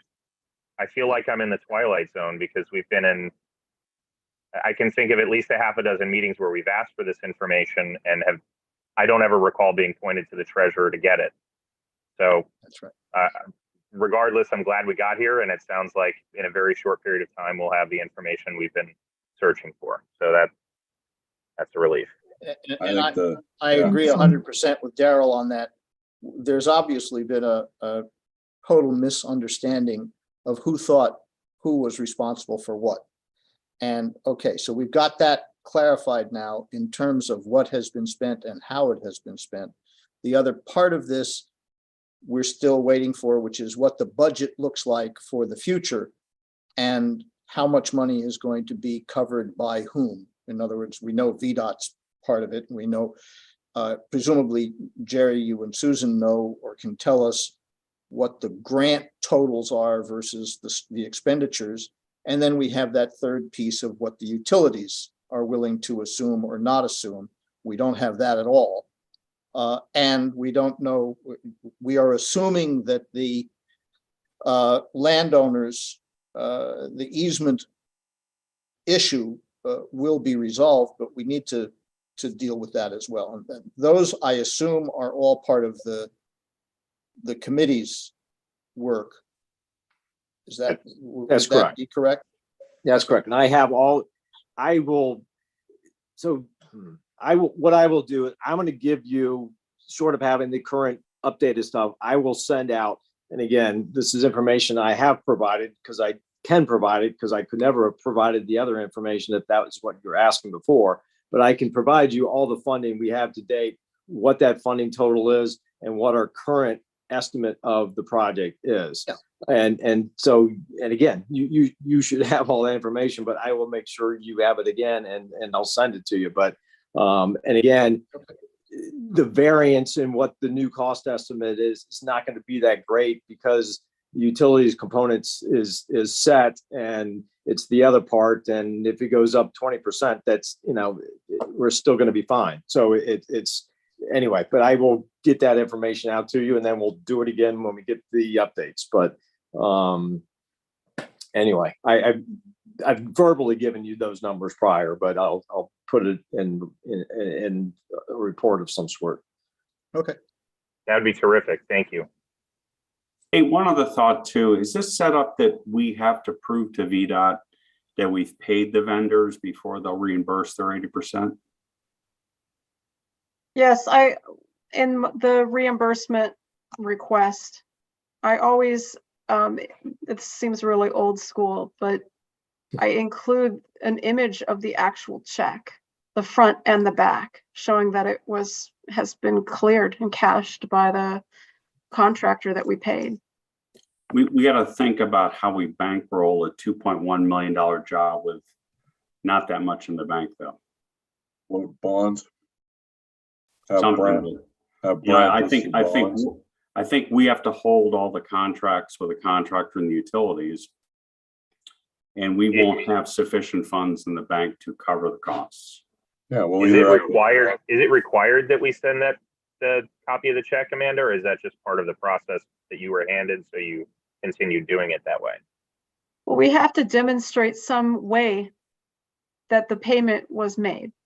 Yeah, it's a reimbursement for payment made, so we have to pay first. The funds have to leave before they come back. We That's have correct. a cash flow issue, and we'll either have to borrow a couple million from United or John Marshall, or we'll float bonds, which should probably be less expensive. Well, the comeback part is only the 20% because we've already been given the grant for 80%. Yeah, but we pay the But whole who's thing holding the and then grant we fund? get the 80% back. That's the Maybe- problem. We don't have, as Patrick is pointing out, we don't have the cash on hand to be able to pay it so that VDOT can give it back to us. They That's insist true. on seeing that it has already been paid before they will reimburse us. I guess that's true. We only draw on our grant as we use it. Right. Yeah. And, No, but and we don't yeah. have that cash. So, I mean, Huh. we are at the point where we have to consider how we can cover for, and this is one of the questions that we have to ask, when do we send these invoices to VDOT and how fast do they Yeah, what's the recompense us? turnaround? Because that's going to affect how much the cash flow is that we need. VDOT does not want us to submit reimbursement requests more than once every 30 days. And my experience has been that they're pretty timely with getting it back to us. So if we're batching these up every 30 days and they're cutting us a check every 30 days, we just have to look at what we think the average monthly expense is going to be to know what cash we need to have on hand. That's And correct. that requires us to know how the budget is going to flow out. Yeah, Yep. you're not going to need $1 million sitting in cash. It's just, you're not going to pay a $1 million monthly bill. I mean, that's just Right, not but if we're gonna realistic. have to break open a CD to have enough money on hand to be able to cash flow the project, we want to know that and be able to time it appropriately. Well, shouldn't we Alright. be able to put that into the contract with whoever does the work? Well, Say they that still need again. to pay. Shouldn't we have Yeah, be there'd be a able payment to- schedule. Paid that- To that sequence this the issue payments. comes up. And we'd ask them to bill us over 2 years with no interest or something. Sure. Yeah, It's a like lot storm of- windows. A lot of contractors ask for proof of funds before they sign contracts.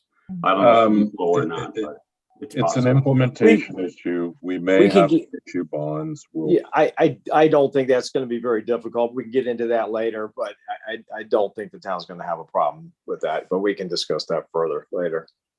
This stuff will be spread out over enough time that it is not going to require big monthly numbers, Okay, but yeah. we need to figure out what that number is. So anyway. Yeah, anyway, we just need to get our heads around it. all right, so for the time being, I'm going to be working with the treasurer to develop this information. And Amanda, these packets, you sent them to Nick, I assume, could you send them to me too? Just so I've got them, because it sounds like I'll be working through it with him as our responsibility. Okay? But as Daryl said, the auditors have been through all of these. So you might want to just look through the audit reports first. I hear had you. to send every Randy said- packet over to the auditors, Yeah. and sometimes they found errors or they had questions for me. So I know they've been all through them. Okay, but at the end of the day, the checks ought to reflect what we paid. And the VDOT payments in ought to reflect what we received from VDOT. Those ought to be the critical data points. Okay, all right. Anything else for now?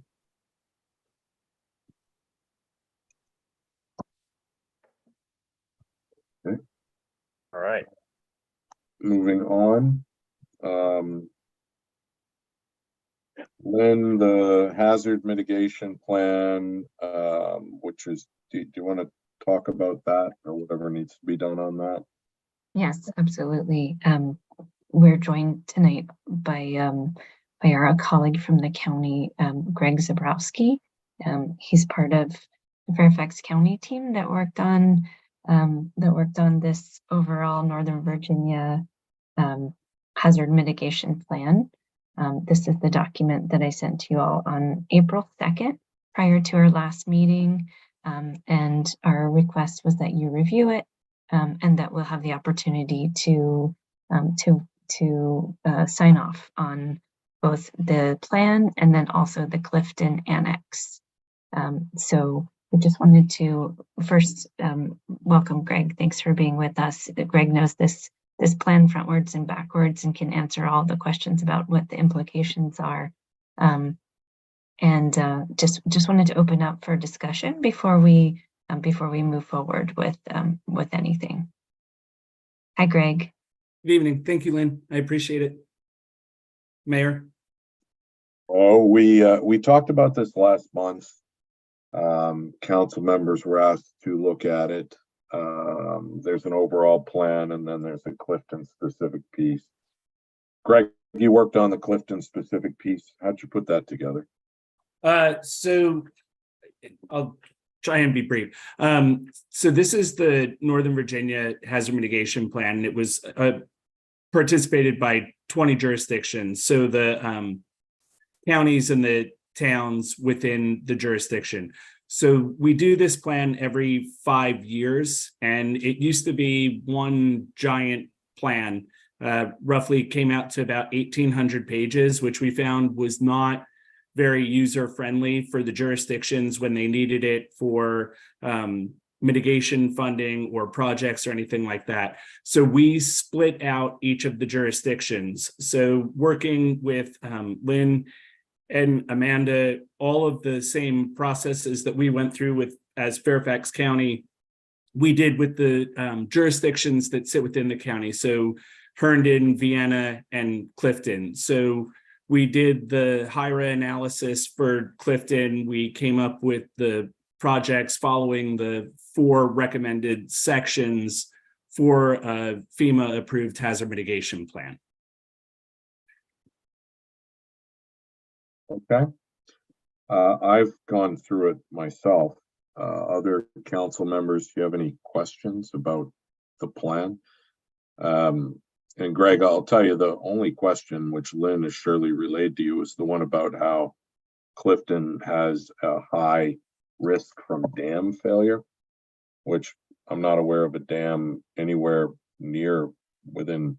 There must be somewhere, but so there are other dams within the county that if there was what they call the sunny day breach, could impact the waterways and run down into it.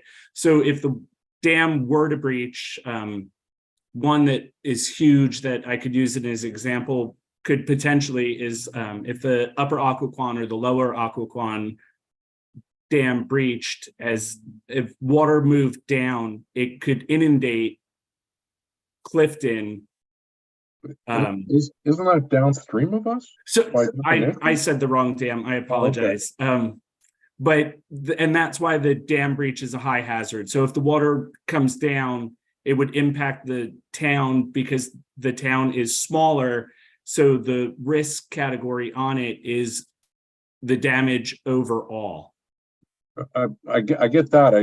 It was beyond me, which, I mean, obviously not Occoquan. Is Burke Lake or something? Has that been modeled? Has that been modeled, or is that just an anecdotal finding? It was a anecdotal through the hazard identification and risk assessment process. Okay, because we've only got one waterway in town.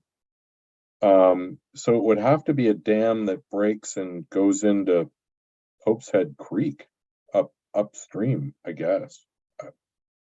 I don't know. I don't care enough to bother with it. It was beyond me how that was a dam failure. I know what the issue is, obviously. I just couldn't figure it out for Clifton. Everything else looked eminently reasonable to me. Let me ask a question, if I may.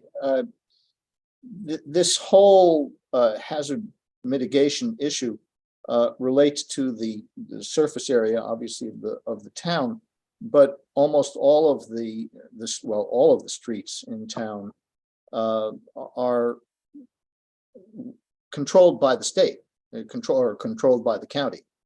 So wouldn't Clifton be under the county's mitigation plan regardless? So yes and no. You would fall under the county plan if you adopted the county plan. So what we do is have the individual, and you would have to do it after the fact of it. So we did it this time, same as we do with Herndon and Vienna, so that's taken care of ahead of time. What this also affords you is any of the hazard mitigation funding that becomes available, you are now eligible as a jurisdiction to apply for yourself, which could be road improvement projects. It could be generator projects and shelters and stuff like that. As disasters happen and there's federally declared disasters, about 15% of the declared disaster money gets available in hazard mitigation funds. So it's not just to kind of fix stuff after the fact. You can do proactive projects with it as well. Weather monitoring stations are one that we've been doing. Again, generator projects in the county shelters. So it just opens doors for you that aren't necessarily open if you just follow under the county plan. And does it add any liabilities for us? No, it's actually, believe it or not, in government sense, it's a win-win. So the only liability is, again, not having it, because by not having it, then you don't have the eligibility to apply for the funds. For the funds. Yeah, got it. That was helpful. And as I said, I reviewed it. I thought it was very well done. Anybody else have any questions or anything? I read through, same comment, Bill. I read through it. It looks like a good plan. Okay. All right, Lynn, what do we need to do? Like, what do you want to make a motion so we get the right content within the motion? Yes, Amanda has prepared a document. Sorry to just surprise this on you, Amanda. I wasn't sure if we needed to be able to read that to everybody to be able to to be able to have it approved. Let me see if I can pull it up. Is this a resolution? I think this is It's a resolution, right? I think it's a motion to approve that something using this resolution. If I may, while they're pulling up the document, in the adoption process, the local governing body, which would be the Clifton Council and the mayor, adopts it formally. And then there's an adoption resolution that once it's signed, gets sent back to the Virginia Department of Emergency Management and FEMA, which formally recognizes that you've adopted it. Once that's done, then you'll get a letter back from FEMA saying that you're a participant in the plan for the next 5 years. So in other jurisdictions and even within the county itself, normally it's just made as a motion, seconded, approved by the council, and then the mayor would sign off on the resolution if he chooses to. Okay, and then does this resolution get sent to somebody?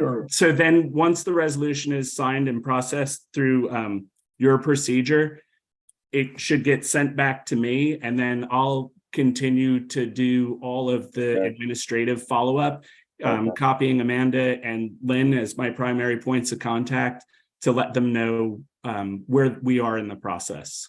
Okay, great. And then once all the 20 jurisdictions have approved, then we'll get the fully approved letter from FEMA, because currently we're in the approved pending adoption stage. So now all we need to do is have a motion and an acceptance by the town council. The Yep. resolution then goes to Bill. Bill signs the resolution, sends it to you, and then all the paperwork gets taken care of by you. Yes, sir. That is So correct. The question, Steve, is what are we approving, Greg? I think we're approving the annex, but we're approving the plan and the annex? Yes, so there's the overall large part of the plan, which is the hazard and identification risk assessment, the strategies within the plan, and then your annex for your specific jurisdiction for your use and ease of use is part of that. So the motion would be or I'm sorry, I don't mean to be presumptuous, but it would be to approve the Northern Virginia Hazard Mitigation Plan and the Clifton Annex. I got it. Okay, so I'll make a motion to approve the Northern Virginia Hazard Mitigation Plan and Annex 7A, the town of Second. Clifton Annex. Second. All right, motion is second. I note as part of that there will be a resolution saying this, that I will sign. It will be sent to me. I'll sign it, and it will be returned to Greg for processing. Okay. All right, any further discussion? All right, all in favor, say aye. Aye. Opposed, abstentions.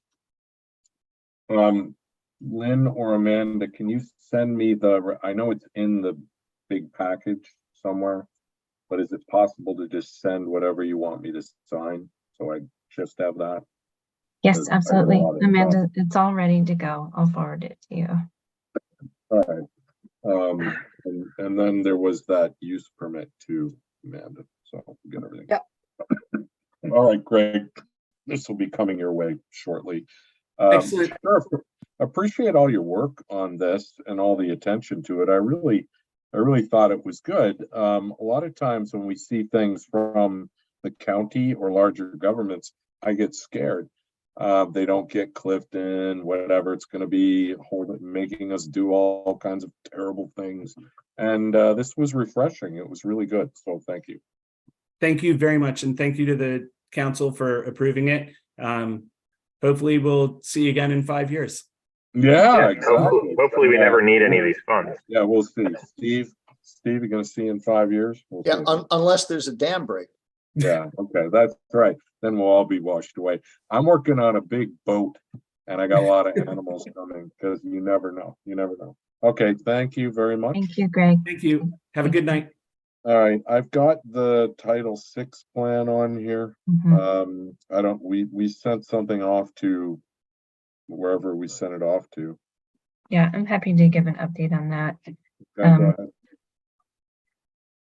So I nudged them last week and I did get the Title VI plan reviewed by two folks at the Civil Rights Division at VDOT, and they just gave a little bit of feedback just a few hours ago.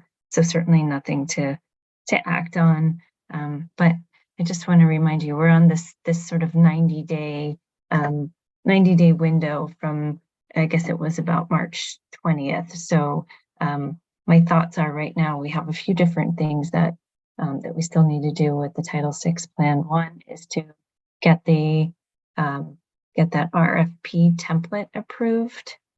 And then I'll need to take the feedback that I received from that original plan that we approved last time, incorporate some of the feedback. Some of it was, just kind of adjusting some wording. Some of it's going to take a little bit more of a back and forth. They're asking for some additional limited English plan, which was not originally requested. So we need to just push back on that one a little bit. But I imagine that I'll be able to have the updates all before next council meeting in early June, which will, if we approve it, then we can still get it back over to VDOT within the 90-day window. How does that sound as a plan? So they gave you verbal feedback on like No. I nudged them, without copying everybody, and I just received something back. I just received something back today, so I'll forward that over. I'll clarify. You said they gave you feedback. Yes. And it was in written form? It was, Or verbal?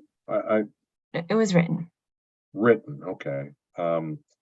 They gave you written feedback, but it was not, if I can use the term, self-executing. It was just observations, and then you have to revise the document. You have to incorporate their comments into a new draft. Is that right? That's right. Okay. And so you're going to make a draft incorporating their comments as you understand them. And then we're going to review that revised draft with VDOT's comments. Yes? Yes, that's correct. And is it your understanding, Lynn, that if we have those changes and we are acceptable of those changes, then the document would be accepted by them? I believe so. Two people from the Civil Rights Division reviewed. The first one is not a Title VI specialist, and she just, deleted a comma or something. The second person was a Title VI specialist, and she went much more in depth and gave five specific points of feedback, editing, just marking comments within the document. So so I'll forward that out to everyone, just for your review. There are I'll forward it for your review. They're sort of kind of all over the place in terms of what types of thing we'll have to do. So it's not just a real easy fix, accept changes. There are definitely some things to consider. Not self-executing. So you can forward that. For me, it'll be reference. I'll be looking at your revised draft and commenting on that. Okay. Rather than everybody trying to revise the draft to incorporate whatever unclear guidance we got. Well, but Bill, if I understand what Lynn just said, there are things that you can edit and change, but they're also asking for substantive changes. Is that right, Lynn? Right. For example, they're asking for, we wrote within the plan our measures that we're going to take in terms of people with limited English ability. This is in the overall plan. One of the comments was, we want to see your limited English plan. So a separate plan that addresses it instead of just incorporating it into the plan. And we based our response off of those 4 items that were sent to us as discrepancies in terms of our Title VI plan. And so this is taking us, into a new place. Sure, we could write the limited English plan that reflects, the same things that we have in there, but I think we just need to push back on that one and say, we've outlined it here. And hopefully the folks that we've been working with will be satisfied with that.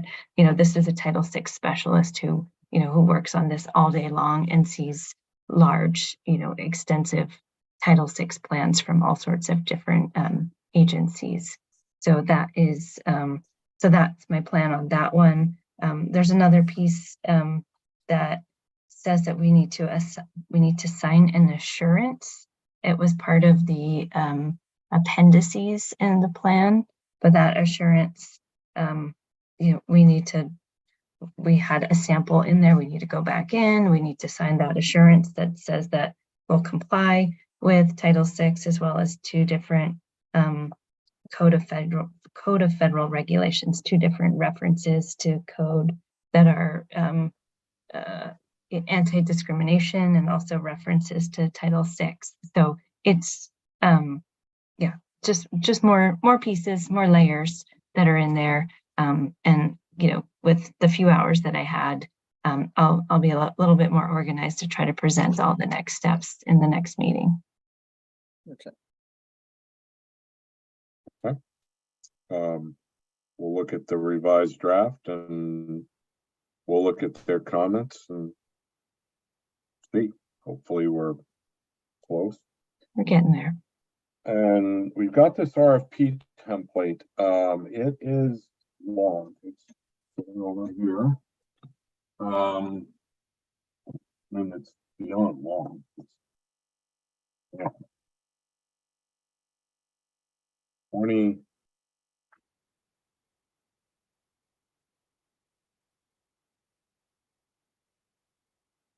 some pages long. 8-point font, maybe 10-point, maybe 9. It's a lot here. With this, if we agree to this, will this apply to everything we do on the streetscape from here on out? For example, this new J2 contract we're talking about, will we have to go through this 30-page RFP to have J2 do that work? Yeah, I mean, not necessarily. The template that I created was based on the original streetscape RFP.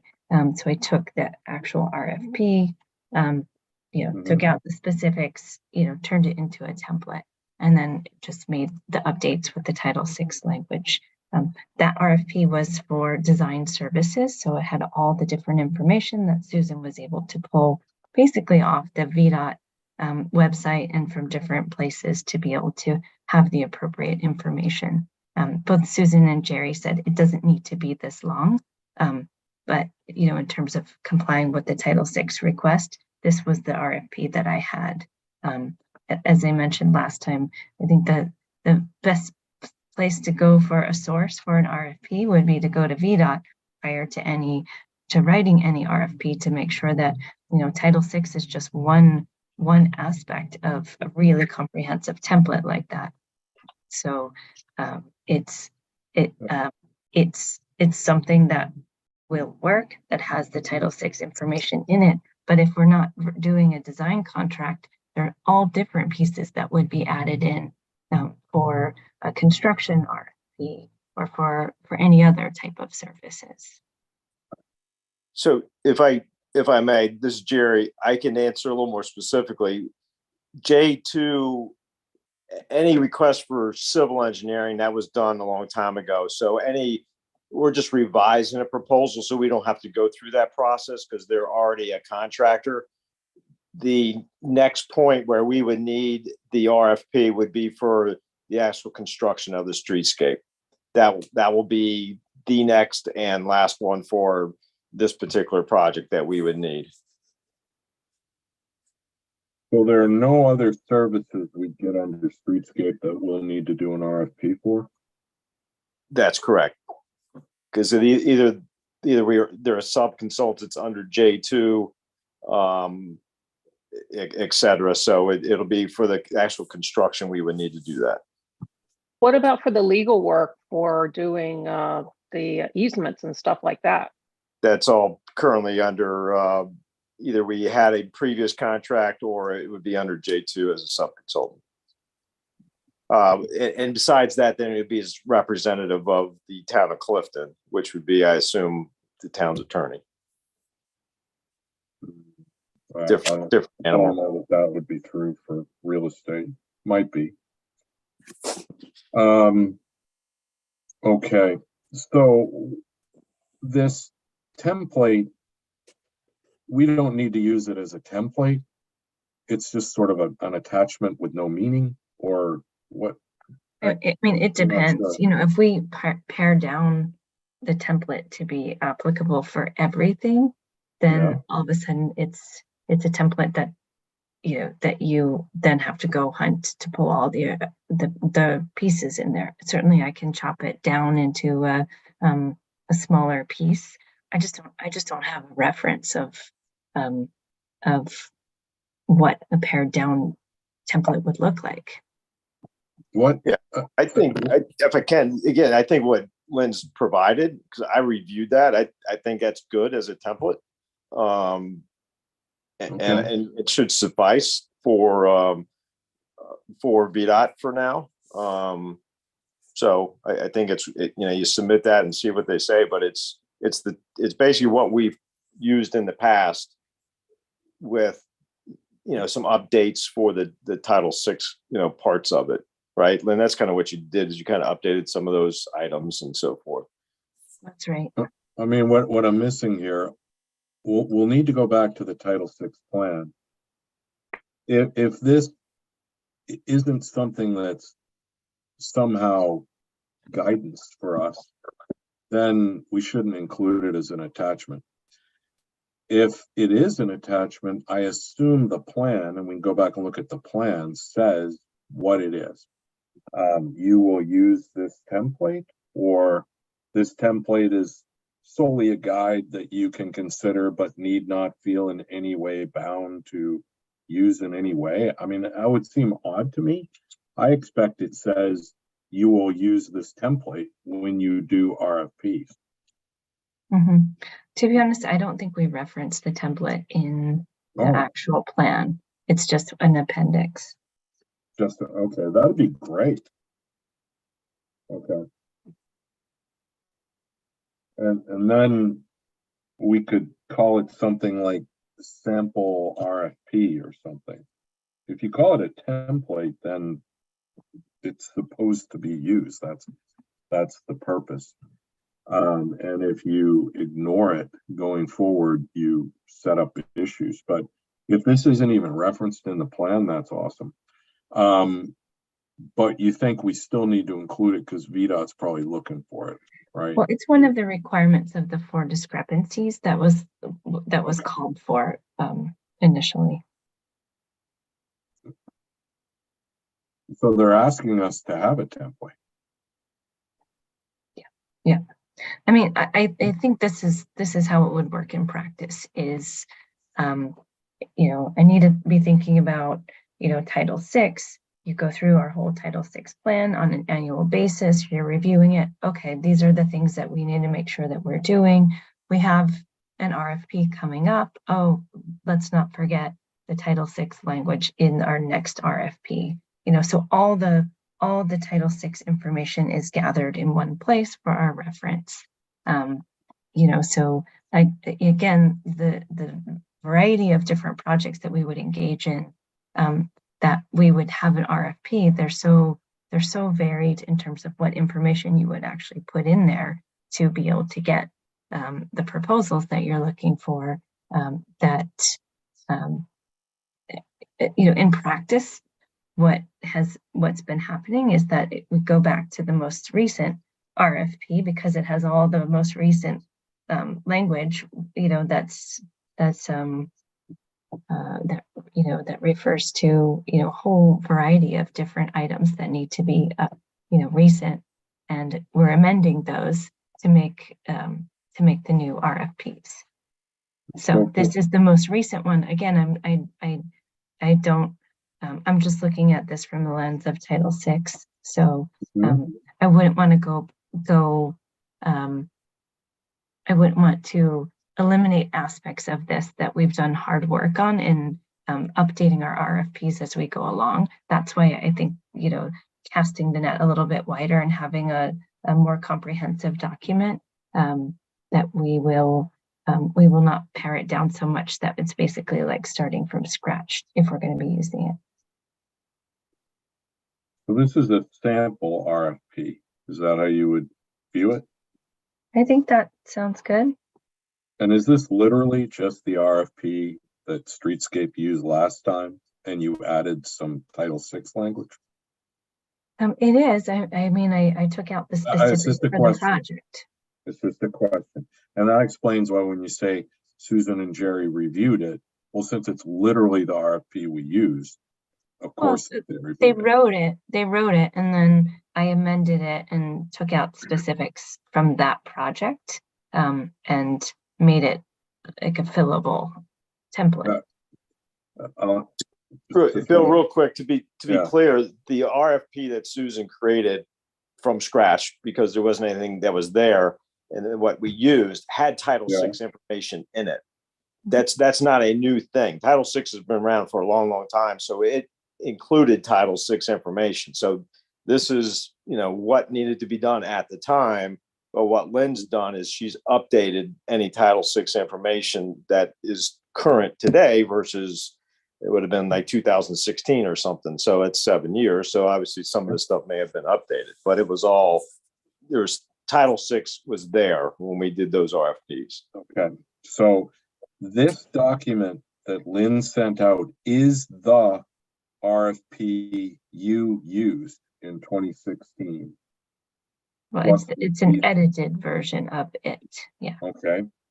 The base document, is the base document that this is taken from the literal RFP that was used in 2016? Yes. Okay, that's news and helpful. All right. You edited it, you said, okay? You added some Title VI stuff, yes? Expanded. Is that in a particular place or is it like every paragraph? No. It's quite limited. I added it. I highlighted one section. To be honest, I created this months ago. I highlighted one piece. I'm not sure if there's something else in there that I didn't highlight most recent.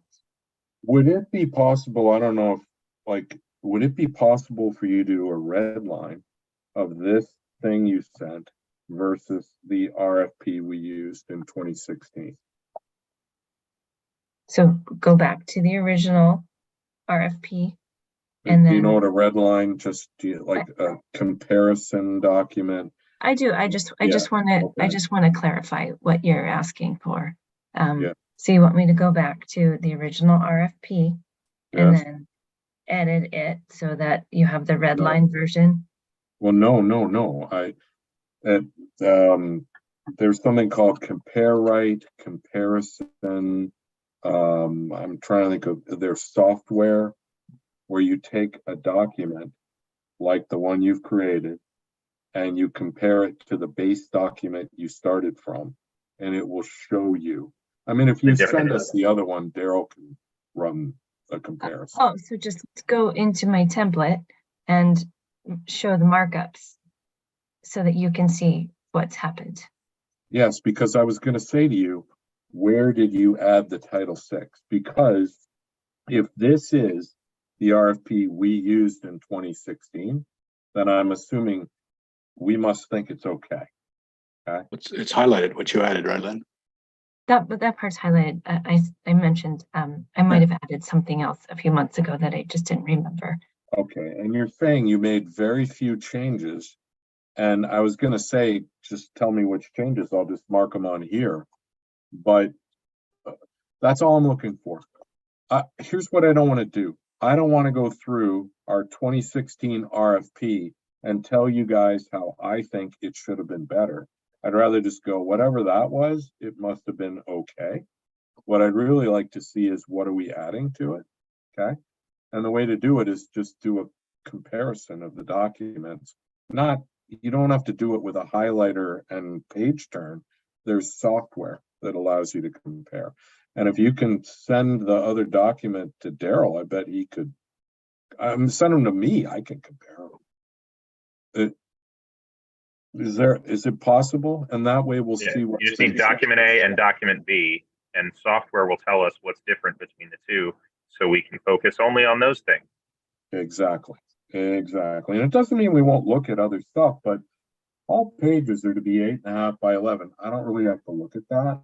I don't care because I'm really focused on what the changes are.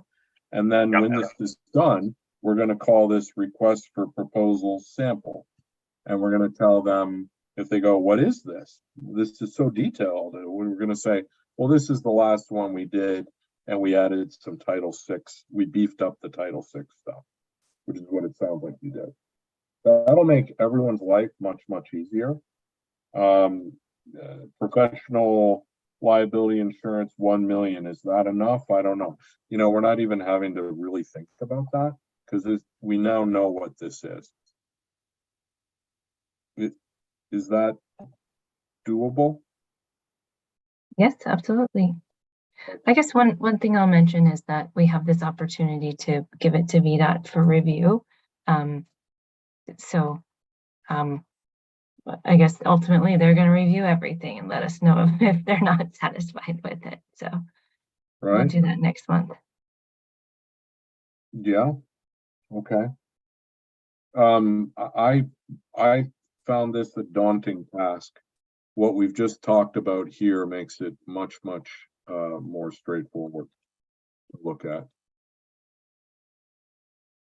It's the same as when you do, I work on contracts every day, every hour of every day. And when you're reviewing a contract, you look at the last turn to see what the changes were. You don't start from scratch, or heaven help you, you're, retilling soil that everybody already thought was okay in 2016. And I'm trying to cut down on those issues for all of us reviewing this and coming up with 6 sets of comments on the document. Okay. That would be great. When we get that, we'll have a look. And then we'll look at the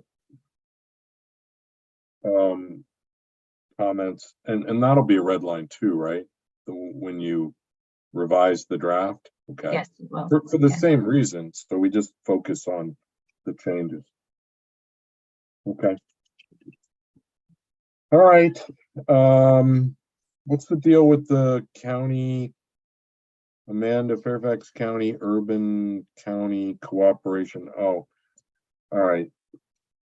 This thing has been in place since like 1993. It has something to do with, I don't even know what, honestly. Jim Leslie entered into it 30 years ago. And I think it helps the county get funding or something. I don't think it's in any way relevant to the town. However, we have dutifully renewed it every time it's come up so we can help them. Community block grant, that sort of thing. So the question is, should we just re-up it rather than trying to think about whether it's relevant or not? Thoughts? Is there any reason not to re-up it? Honestly, I don't know. Let me put it this way. Nothing bad has happened in the last 30 years. So there's that track. I've literally never heard anything about this. Like, I don't think we're going to get block grants to build subsidized housing in Clifton or something. But I think is participating in this program going to make that more or less likely?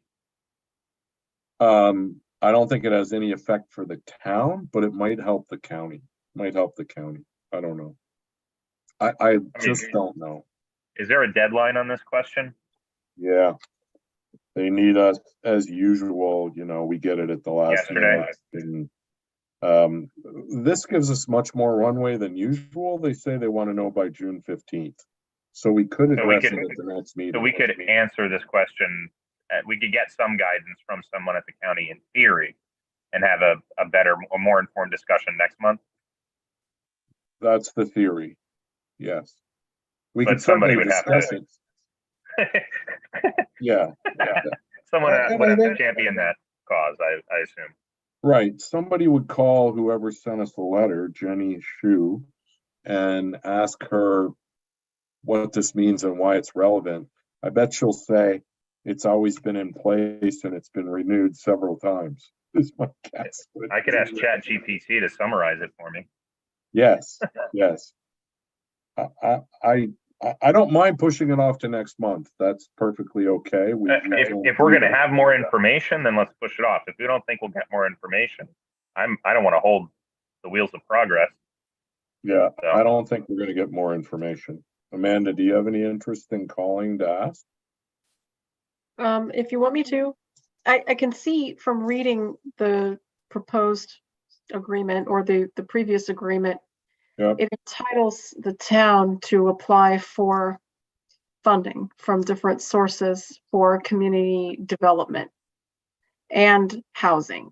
So it might just be easier, frankly, even just from the paperwork standpoint, to just continue to do it. It just leaves our options open. I don't know what all community development means, but it's not just housing. So that was interesting. I don't know if it helps the county or not, but if it doesn't add to our liability or exposure in any way, which doesn't sound like it has in the last however many years, 30. I don't see a reason not to continue participating. All right, I'll make a motion to, I don't even know what the hell they want us to do. What do they want us to do? I'll make a motion to have Bill figure out what we're supposed to do. Oh, Renew. They want to renew it. okay, I'll make a motion to renew our participation in the Fairfax County Urban County Cooperation Agreement for 2024 to 2026. Second. All right, got a motion and a second. Any further discussion? All right, all in favor? Aye. Aye. Opposed, abstentions, great. Okay. Amanda, I would ask, it says, can you respond by phone or email to Jenny, letting Jenny know that we have approved renewal? Such a motion. And Yes. then they ask for a letter. Can you make a letter just using the last letter, which I typed? So you can just use that maybe, or at least I typed part of it. See if that's what it's First Amendment. I think it just renews it. Whatever they want. We just Update send the them a date. letter, maybe? Yes. A letter, we've renewed. If you can do that, I'll sign it. Okay? Yeah. Thank you. It could be something. I'd hate to say we're not going to do it and then find out it's something really great. Better to have it and not need it, I guess, right? Yes. All right. Wow. A piece of good news that I can relay quickly. I know you're excited about that. Clifton town elections, as Patrick pointed out, the website said they were in 2022 and again in 2024 or something. I talked to the county electoral board. They agreed that's a mistake. It's November 7th, 2023, and they're fixing their website. Okay. So the good part is they're fixing the website, and the good part for everybody, it literally is November. We confirmed to them, Amanda confirmed that we'd sent them all the documentation. It's really clear from our end. So yeah, it sounds like it was just a typo. I don't know, but no longer an issue. All right. Are we going to send out the notice to the town then to? What is the deadline for candidates to submit? June 20th. That's a month and so away. Yeah, we should probably get some out. All right, and look, we're not honor or duty bound to have to tell everyone that they can run against us. Yeah. However, it's a good idea. And if you were at the CBA birthday party, you would hear me give a big talk on this exact issue, encouraging, letting everybody know and tell them they can contact us. So certainly happy to do that. Amanda, can you send something out to the people, just telling them there's an election? Yes. November 7th, and anyone who wants to run, candidate forms are due June 20th. Information on the county and state websites. Will do. Thank you. Is there anything else that's going to be available, openings that we might want to, if we get eyes on opportunities, that we might be able to direct them to those as well? Yeah, the committee rosters, right? If we're going to post an updated committee roster with the openings on it, yeah, sure. Good to point that out. Send them, communication. Yeah, send them the committee roster and say, in addition, tremendous opportunities on these committees. Let us know if you're interested in participating in one of the committees. Good idea. I don't Okay. think there's anything on any of the big two, ARB or Planning Commission. I don't think there's anything there. But the other committees is the perfect way to start. Okay. Boy, talk to me about the EPS litter grant, Reagan. Is that the thing on the styrofoam or something? Yeah, we either need to use it or we won't have anything to report.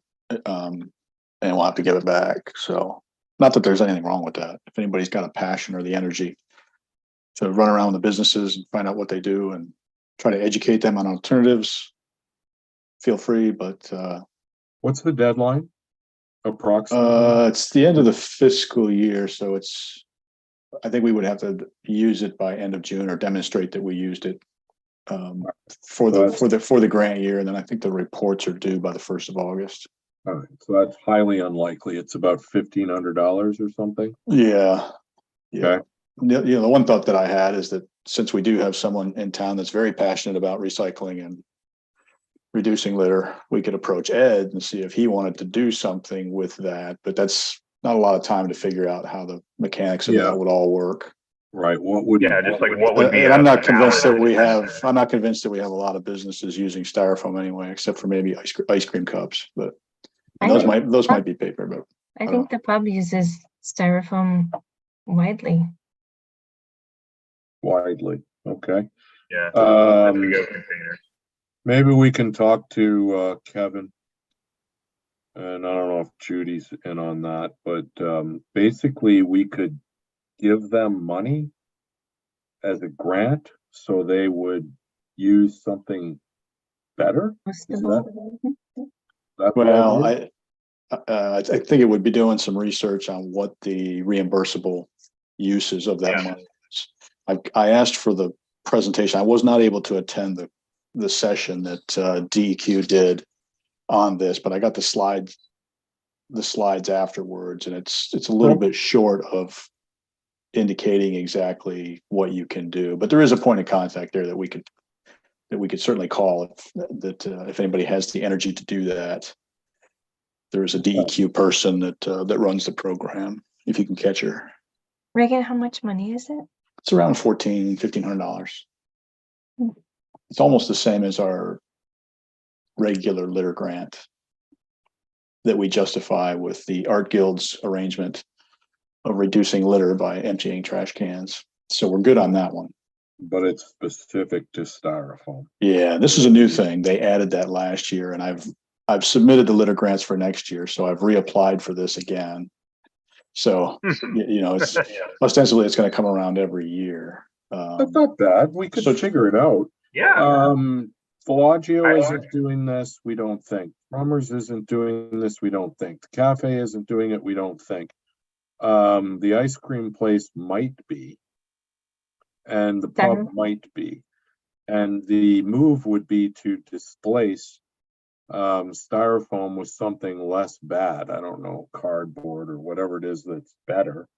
And if they said, well, that costs us extra money, we would hypothetically say, what's the cost delta? Because we really believe cardboard is way better than the styrofoam.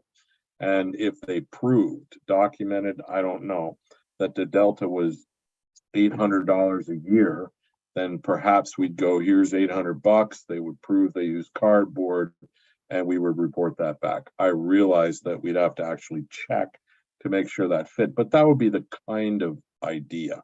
And now there'd no longer be styrofoam, and we'd feel good about it. Does that sound kind of like? I guess I'm not sure if buying products is actually a use, or maybe it's a trial thing for them. I know that the education part of it and the outreach part of it is more of the intent. I honestly don't know if you could purchase supplies and give them to businesses. Maybe you can, I don't know. Well, I think it'd be the other way around. The business would purchase different supplies. It would be a Clifton business that at our request would purchase different supplies, not styrofoam. They'd have to demonstrate they were using styrofoam. Now they would not be using styrofoam. And the reason they would not is because we're pitching in to help. as a result. From a societal standpoint, that would be a good thing. But it may not be acceptable. Education, we can stand at the door and say, styrofoam is bad, don't use styrofoam, but you know, we could hire somebody to do that. I mean, if you got some stuff on it, whatever you got, Reagan, ship it around, just that. Here's what I got on the styrofoam thing, and feel free to call whatever to find out. I mean, it sounds like a good idea. I'd like to be able to do something with it. I just see those are the only two targets I see. Yeah, I sent it out to council on 10th of April. So everybody's got that in their inbox. It was the slide deck. There was a PDF attached to that with the slide deck in there about the changes in the EPS program. Yeah, I remember you sent it. There was a subsequent correspondence that they said that they were working on an education package that municipalities could use, but I haven't seen that yet. Maybe it's available on the website now. All right, I've gone back and found it. Others can find it as well. And I'm sending it to myself.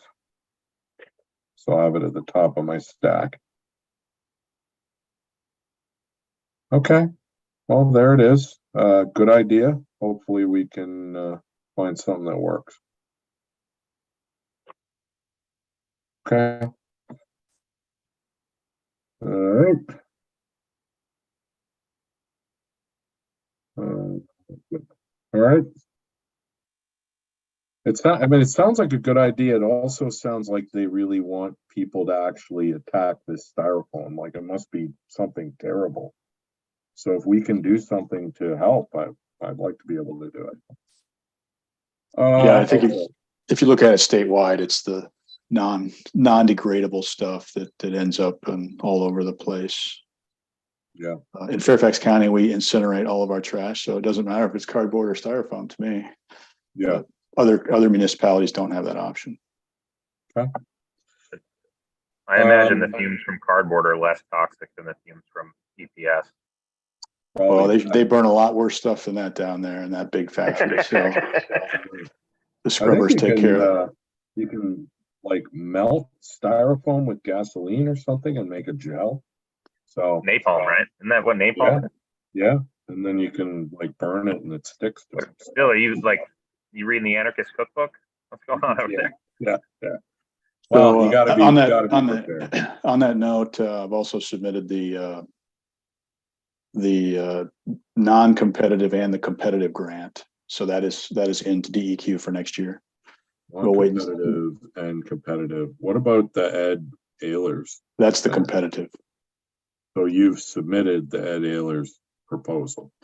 His proposal. So, you know, technically the way that I see it is we've submitted the town's proposal for this. And I've indicated to Ed as well as Steve Bittner, who has been I think helping him out or supporting him, that we need a model of how this thing would roll out, whether it's, you know, by resident and supporting town events would account for some of that, et cetera, et cetera. But I just let him know that before the town agrees to disperse money, there needs to be a detailed plan that's presented and discussed. Okay. And I don't think it's give Ed $10,000 and then see who signs up. Right. There's got to be some kind of a participation based reimbursement thing somehow, and whether it goes to the residents or to Ed and they pay. So we got to sort through all that. There's obvious details that are coming. Assuming that we get the grant. So first things first. And we have to be the stewards of the funds, or else we're going to end up paying for it ourselves. So yeah. So whatever we do with it, agree that he is going to do with it, needs to be evidenced back in our report at the end of the year, so that we don't have to pay it back. So we don't want to be in a situation where we've paid a third party and have insufficient evidence that we've met the purpose of the grant. Yep. Agreed. Okay. Also circulated our insurance proposal that came back from VRSA. So everyone's got that. I sent that during the meeting. Tell me about it. It's the annual renewal of our liability insurance, et cetera. I think it's 6,400 and change. Is it materially different? No, it usually ticks up a few $100 every year. Okay. So it should look very similar. Okay, well, that's good. All right, broken windows in the town hall. Yeah. Daryl, there are two? Are there several? It's actually just one. I walked the facility and we have one cracked window. It's the exterior pane. I've contacted FMD, Fairfax County Maintenance Department, and have been informed that for the terms of our lease, we're responsible for these repairs, and according to their interpretation of it. I don't know what the cost would be or whether it's worth taking a fight over, but that's where things sit right now. I don't know. I wouldn't even know where to start getting a quote on repairing or replacing the window. So I don't even know if it can be repaired or if it would need to be replaced in whole.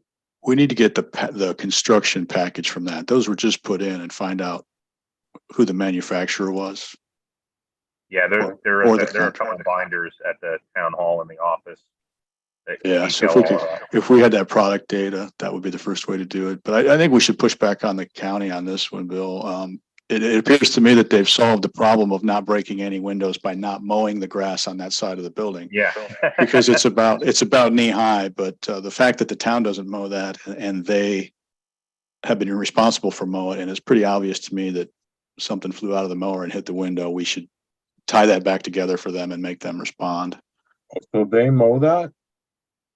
Yeah. Historically they have. Yeah, it's never been part of any of our mowing contracts. I confirmed with Donna that our guys don't go to town hall. Okay. I thought we mowed it, and that's why I thought that was on us because it's our people. But agreed. It's their issue. Okay. But on a related event, we do need to tell the county that whoever's mowing, they do a nice job everywhere. But the left side of the building between town hall and Jarrett's has not been mowed this year. Oh, okay. So it looks like since the window got broken, they've toned down the mowing, which further indicates that that's probably where it came from. That was my sarcastic finding. But yeah. I think that whoever's got the mowing contract just doesn't know that belongs to town hall. Or maybe they're trying to to replace the trees with the grass to build up that green cover between Royce and town if it gets tall enough, it'll make some screening. That is really weird. Okay, so how do we proceed? Daryl, do you have a contact for maintenance at the county? Yeah, at the county. Yeah, I can get you in touch with them if you want. So, well, the mowing piece, I would appreciate as the town hall manager to take that up with them and see if you can get action on it. Yep. And then if you can get the product information for the window, I can engage the contractor that did the work as well as the manufacturer of the windows. Okay. We can figure the binders are done at the town hall. And let's see what we're up against here, right? Yeah. We can get a quote and go from there. All right, if it's out of hand or whatever. All right, next. And we can check with the RSA to see if it's insurable. If it's over $1,000, we could benefit from our insurance if it's covered. Okay. And it's worth talking to them, Daryl, about the fact that they mow the grass, and that's likely how it was broken. Because I have concern going forward. What if they break all the windows? That's not okay, and we just keep repairing them whenever they break them. The county should take responsibility for that. Agreed. And talking to their people, and all right. We can take it out of our rent. Just withhold that dollar for the next 1,000 years. Good idea. I like that.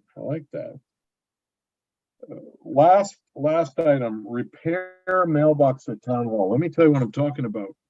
There's a mailbox between Royce's house and the community hall property that I thought it was Royce's mailbox. Not, it's ours. It's for 12641 Chapel Road. It is a mailbox where you put stuff in, and the mail, I guess, drops down into a little thing, and there's a lock, so people can't get it. And you actually have a street address where mail can be dropped off. The post office has delivered mail there that's addressed to that address. The mailman came to my house and said to me, he was very, very upset. And he said, no one ever picks up the mail there. I don't know what to do. I've just stopped delivering the mail. And I was like, wow, let me look into that, because we don't want mail to be lost. This is strange. I put a request in with Tom Barton at the post office probably shortly after the pandemic started to have that mail forwarded to the PO box. Okay. Because the mailbox is awful. The lock is unreliable, and it's the post is not properly set. And I didn't have the bandwidth to take on fixing it or replacing it. And two, because the volume of junk mail that comes to that address is insane. So even when the box was functional, it would fill up within a couple of days with just catalogs and envelopes and just tons of junk mail. So I made a decision to have that mail forwarded. If it hasn't been being forwarded, I don't know where it's been going, but I get mail in my mailbox that's sent to that address because Tom knows to send it to me sometimes, stuff for the town hall, for reservations and things of that nature. Some of it goes to the treasurer, because it's mailed addressed to the treasurer. But I think we should make a decision on whether or not the town wants to receive mail at that address, and either pull the box up and have the mail go to the PO box, or figure out if we want to, have a better quality mailbox in place there. Yes, you're exactly right. That's what I'm thinking. That we need to make a decision on what to do. Can you have your mail forwarded from that address to a post office box for free forever? I don't know. I asked Tom to do it, and he said he would take care of it. I didn't even fill a form out. So, well, it may be something that's recent, because the postman came and talked to me, and then like a week later he came and talked to Bill at our house. Okay. So it may be something that's recent. Maybe it doesn't do forever. Maybe it's just a short period of time. I think mail forwarding only happens for a year after you file. Okay. Can you keep? I wonder if you can keep filing every year for 30 years. Okay. All right. And what mail? I don't care about junk mail. That's irrelevant. But do we tell anyone to send anything to that address? There are some outdated forms on the website for renting the town hall. I usually catch those inquiries when they come in. They're reaching out to me directly via email and on my phone. And so I provide them with guidance to mail to the PO box instead of that street address. Now, there are public records of, all of us as council members, and that address is out there. So there may be other mail that's being directed to us at that address. And it's been my understanding that it's been forwarded to the PO box historically, but it sounds like that maybe that's not happening as of recent. Okay. And I would not be surprised if the agenda actually says 12641 Chapel Road, because that is where the meetings would typically be. Is there a way to get forms off the website? Yeah, I'm in the process of overhauling those forms as we speak and digitizing them so that they can be submitted electronically and payments can be collected electronically. So that would reduce the amount of actual snail mail coming into the town. Yeah, but even forms that say send to 12641 Chapel Road that we those forms would be replaced by the electronic forms that would no longer have an address to mail anything to. Okay. That would be a limit. I don't know if I'm answering your question, Bill, but yes is the answer. We can update the forms with a new address if they require anything to be mailed.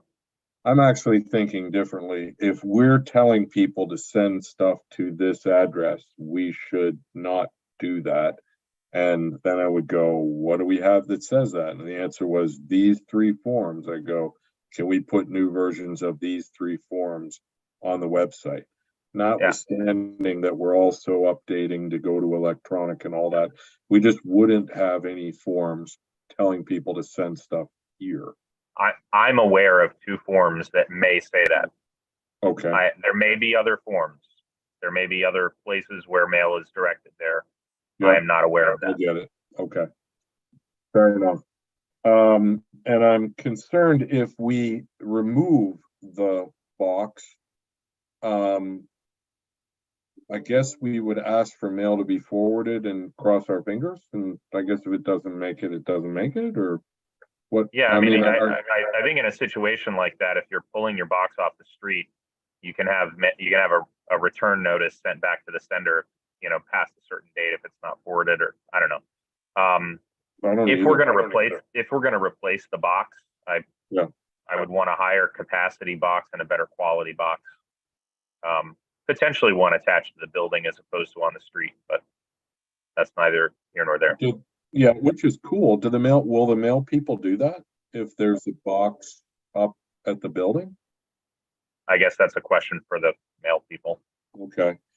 I mean, at the end of the day, that's the question. We have a broken down old box. Yep. That has to go. Okay. Option 1, we repair the box and we collect the mail. Okay. Which we shouldn't get a whole lot because it should generally go to the PO box, but we won't lose anything. Right now, stuff is definitely being lost. Like the guy said to me, he's throwing the stuff in the garbage or something, okay? Because he doesn't know what to do with it. It was frightening. Or we remove the box, we don't replace the box, there's literally nowhere for it to go, and we ask the post office, who should like us, to put everything that comes into 12641 into PO Box 309. We fill out the little form, and we hope that we don't lose anything, but we recognize we might. Yeah, and systematically remove 12641 Chapel from any documentation as we find it. Right. Those are the choices. Amanda feels strongly that we should have no box. I think. Daryl, you may feel that. I don't know. I prefer no box. I'll say. I mean. Okay. All right. Yeah. If it's the sentiment of the council to have a box there, I'm not going to stand in the way of it. But I would, if I had a preference, it would be not to have a mailbox there. Okay, and the risk is we'd lose some stuff, but it shouldn't be much. Potentially. Yeah, I mean, I don't know what we've lost because it's hard to say what did you not get. But that's where all the streetscape reports have been going. It could be. All right, so you've heard from me, you've heard from Daryl. I've told you what Amanda thinks, although Amanda, you're more than welcome to say the same thing again. There are multiple other council members. What do you think? Our choices are remove and replace, or remove and throw away and not have a mailbox, and somebody will ask for forwarding, and we'll just hope we don't miss anything. I'm more than happy to make a motion to remove the mailbox and take whatever appropriate action is taken with the post office to never have that address sent any mail again. And it'd be forwarded to the, fine. Okay. All right. Anybody else? And look, the reason this is relevant is Daryl has to deal with the hall. Amanda picks up the mail, and I have a post office guy coming to my house all the time, who's very, very, literally very upset about this. Yeah, okay? the point here, Bill, is that the point here is that any important mail, if it is important mail, it'll be sent back to the sender. because that address no longer exists. And if it's important to them, they'll find out that there's a post office box. And then they send it to the right place. All right, and Yes. so there just can't be that much bad that will happen. All right, Steve, did you make that as a motion? I think you did. Yes, I did. Yeah, I seconded it. Okay, it's a motion and a second. Any further discussion? Yes, there is further discussion. Who's gonna pull it out of the ground? I'll go get it. Okay. All right. It'd be my Is there a place pleasure to where, rip that thing out of the ground. is the PO box posted in a place where one could find it if they were looking to try to get something to us? Yes, Yeah. it's Fairly well posted on the done. website. Okay, then we might just need to update the agenda in a way, anywhere that we have the physical address written, that we might need to just put the mailing address as well. Oh, just add it in. Hmm. Because I don't That's a think good, it's not that's a good it's not idea to add it. Add the wrong PO to box have because you, physical address and a mailing address. And obviously, we want people to know where to go For the meetings. for the meeting, but I would be surprised if people would just assume that that's the mailing address also. I don't think we can over communicate where to send mail though. I don't think there's any risk of having it in too many places. Yeah, even in doing some of these documents I've been working on, just trying to figure out the address. When I saw it on the agenda, that answered my question, right? As opposed to, if we had the mailing address there too. Is that the address the town is incorporated at, or is that the old town hall? I have no idea. We're probably incorporated at like Devereaux Station or something. Yeah, I don't know. All right, okay, the agenda, we can add physical. We have a motion on this. We have a motion under consideration at present, right? There's a motion, a second. All in favor, say aye. Aye. Aye. Aye. Opposed, nay, abstentions. All right.